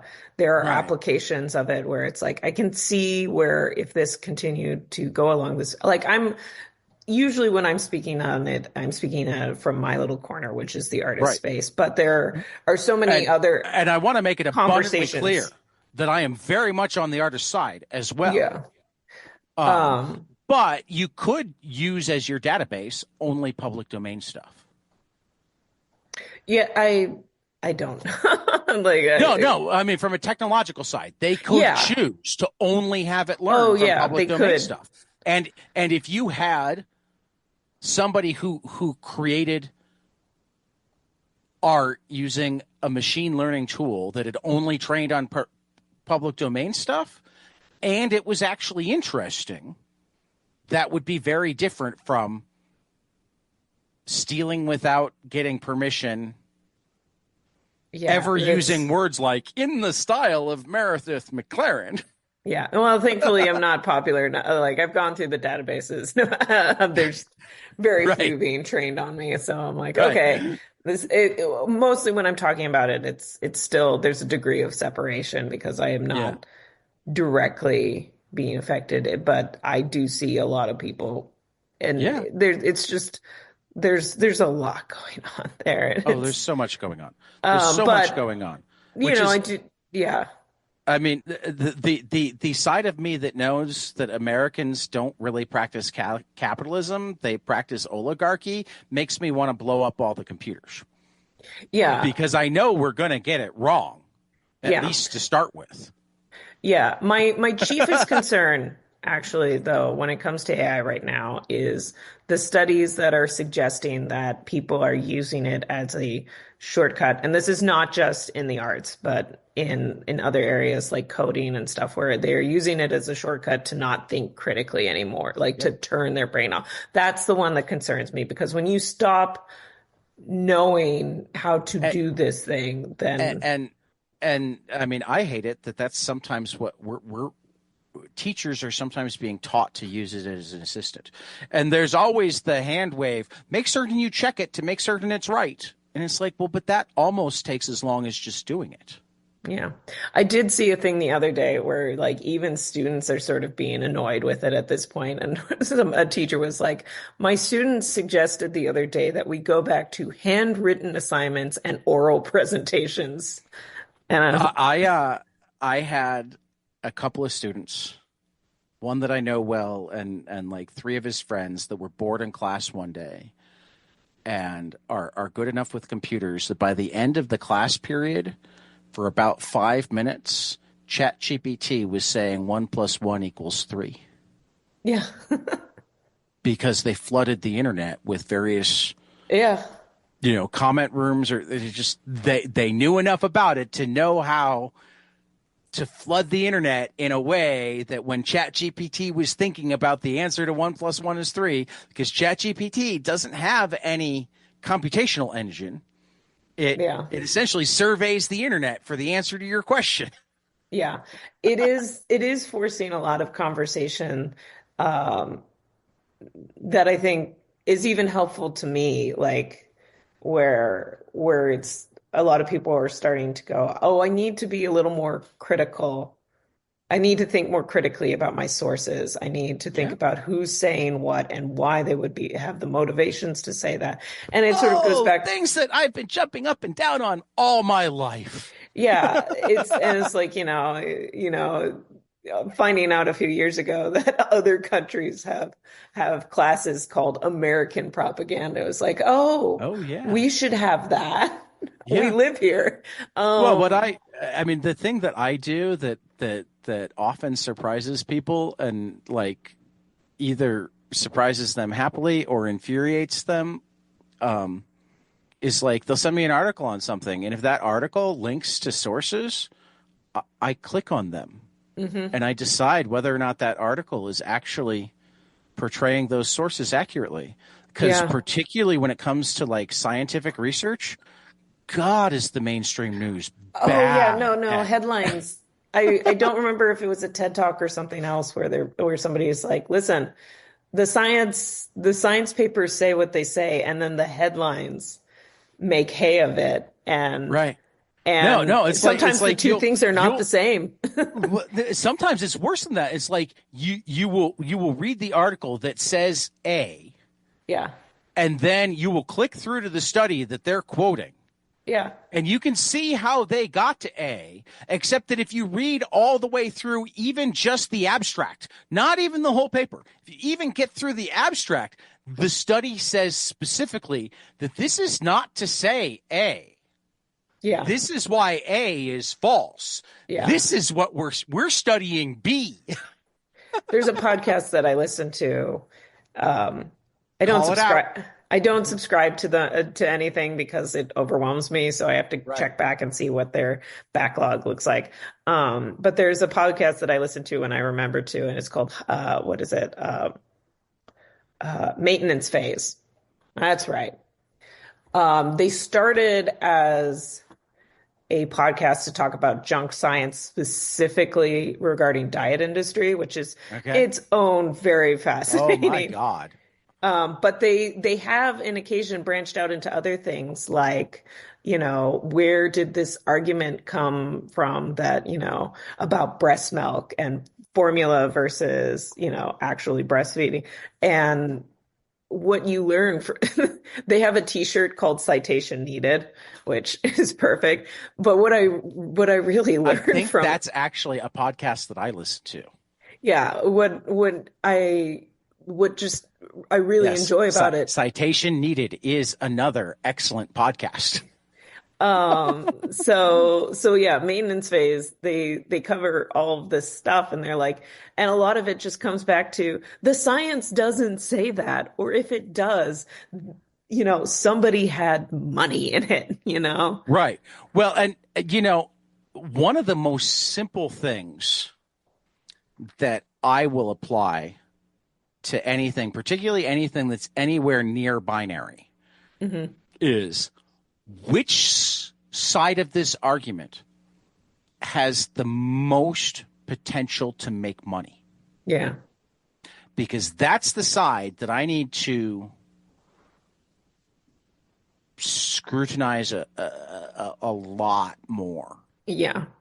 And Anytime I hear things like that's what the government wants you to think in like regards to universal health care being a good thing, and I'm like, so the government wants us to think that them having to raise taxes and all of these people that are billionaires making less money than they do currently is a good thing. But all of these billionaires making more money don't have any motivation to tell us that their way is better. yeah. Uh, yeah, and that's, I mean, the other thing with maintenance phase two is just them going through all these things that anecdotally that people have told you your entire life. Right. There's no basis to it. Yeah. There's just no basis to it whatsoever.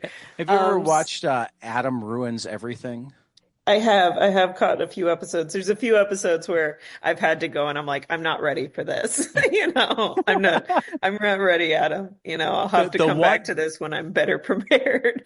the one that always makes me laugh is apparently like the entire concept of bad breath was created by the people who made mouthwash. Yeah. Yeah. And the litter, Hey, we what is can it? fix this problem that nobody knows they have. Yeah. Yeah. There are sometimes when I watch Adam Ruins Everything where it's like, I just can't be normal again after this. Right. I know. I mean, that one's even worse than like the diamond thing. Most people, I think, at this point know the diamond thing. The diamonds Yeah. aren't actually that rare. They're not actually that expensive. But one of the best advertising campaigns ever was the one that said, "When does 2 months' salary last a lifetime?" Yeah.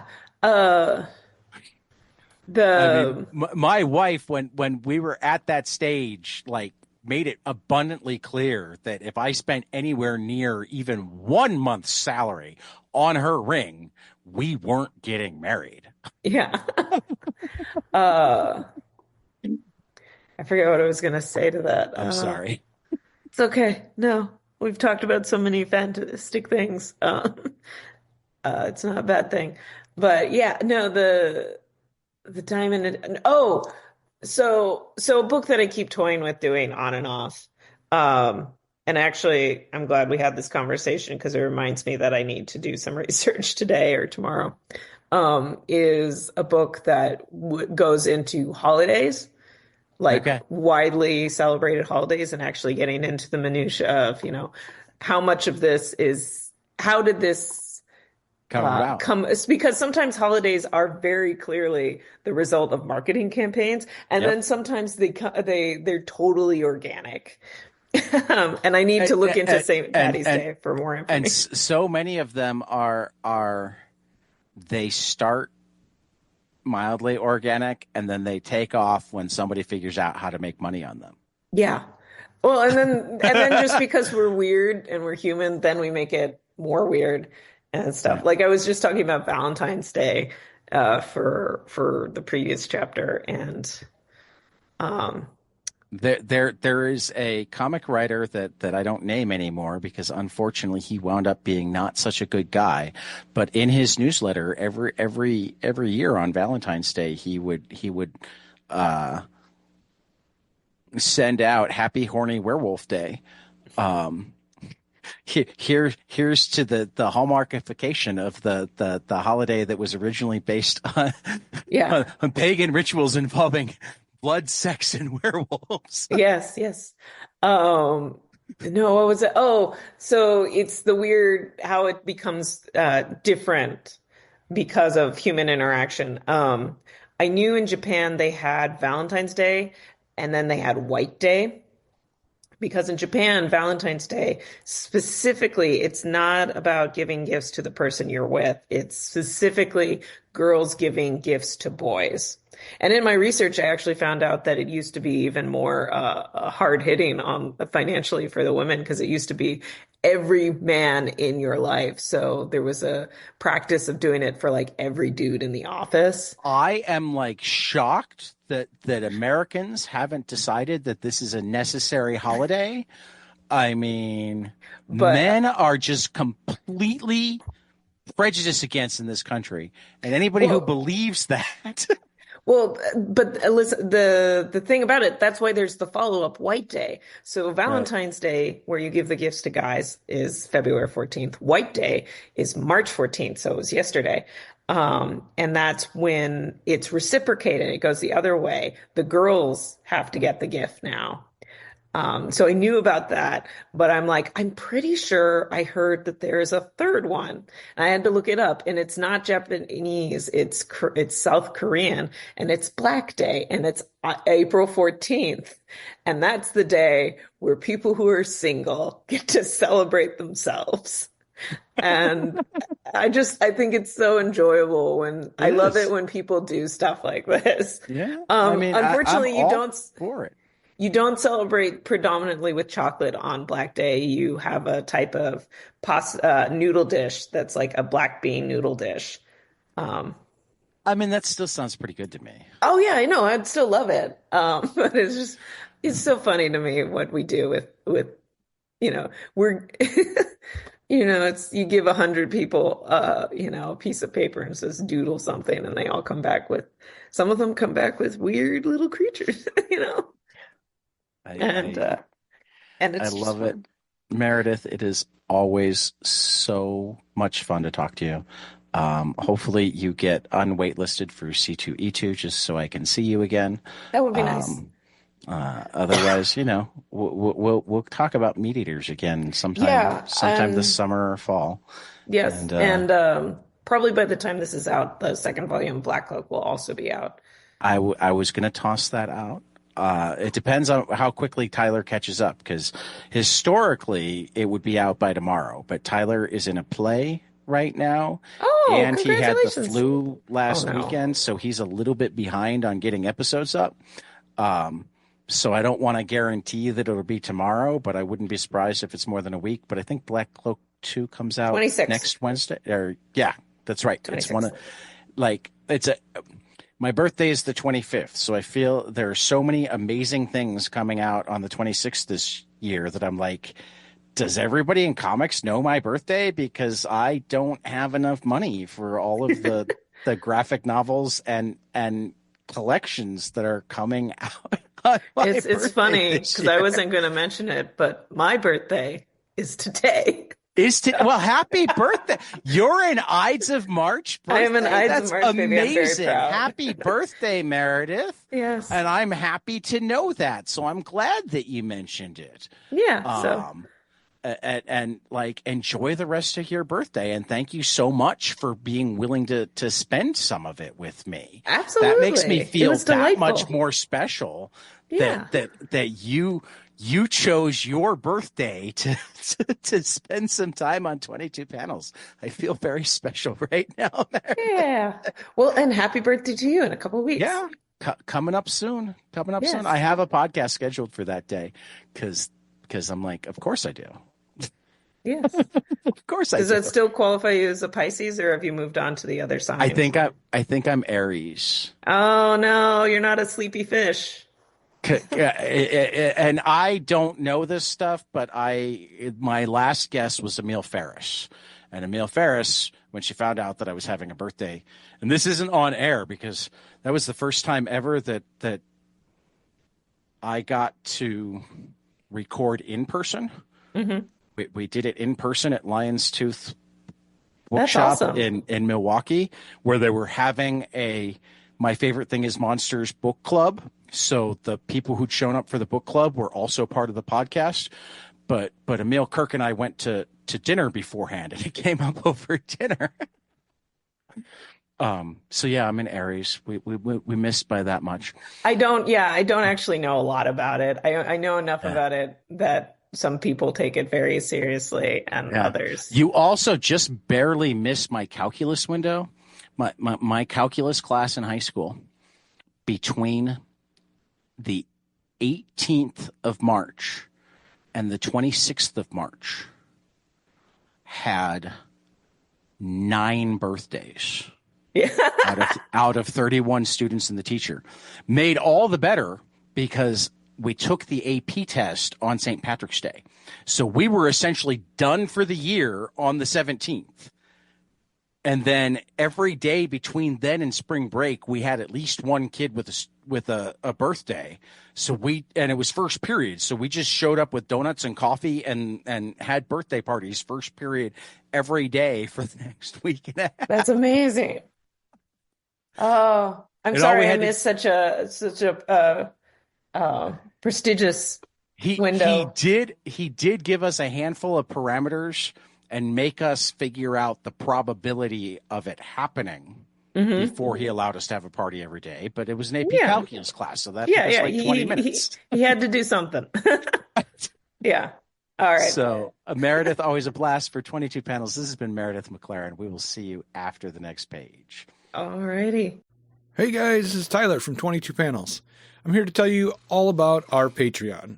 If you enjoy this show, please consider donating to our Patreon to keep this show going. We have many different tiers, all different levels to help you decide what's right for you. Okay, so get on out there to patreon.com/22panelspodcast.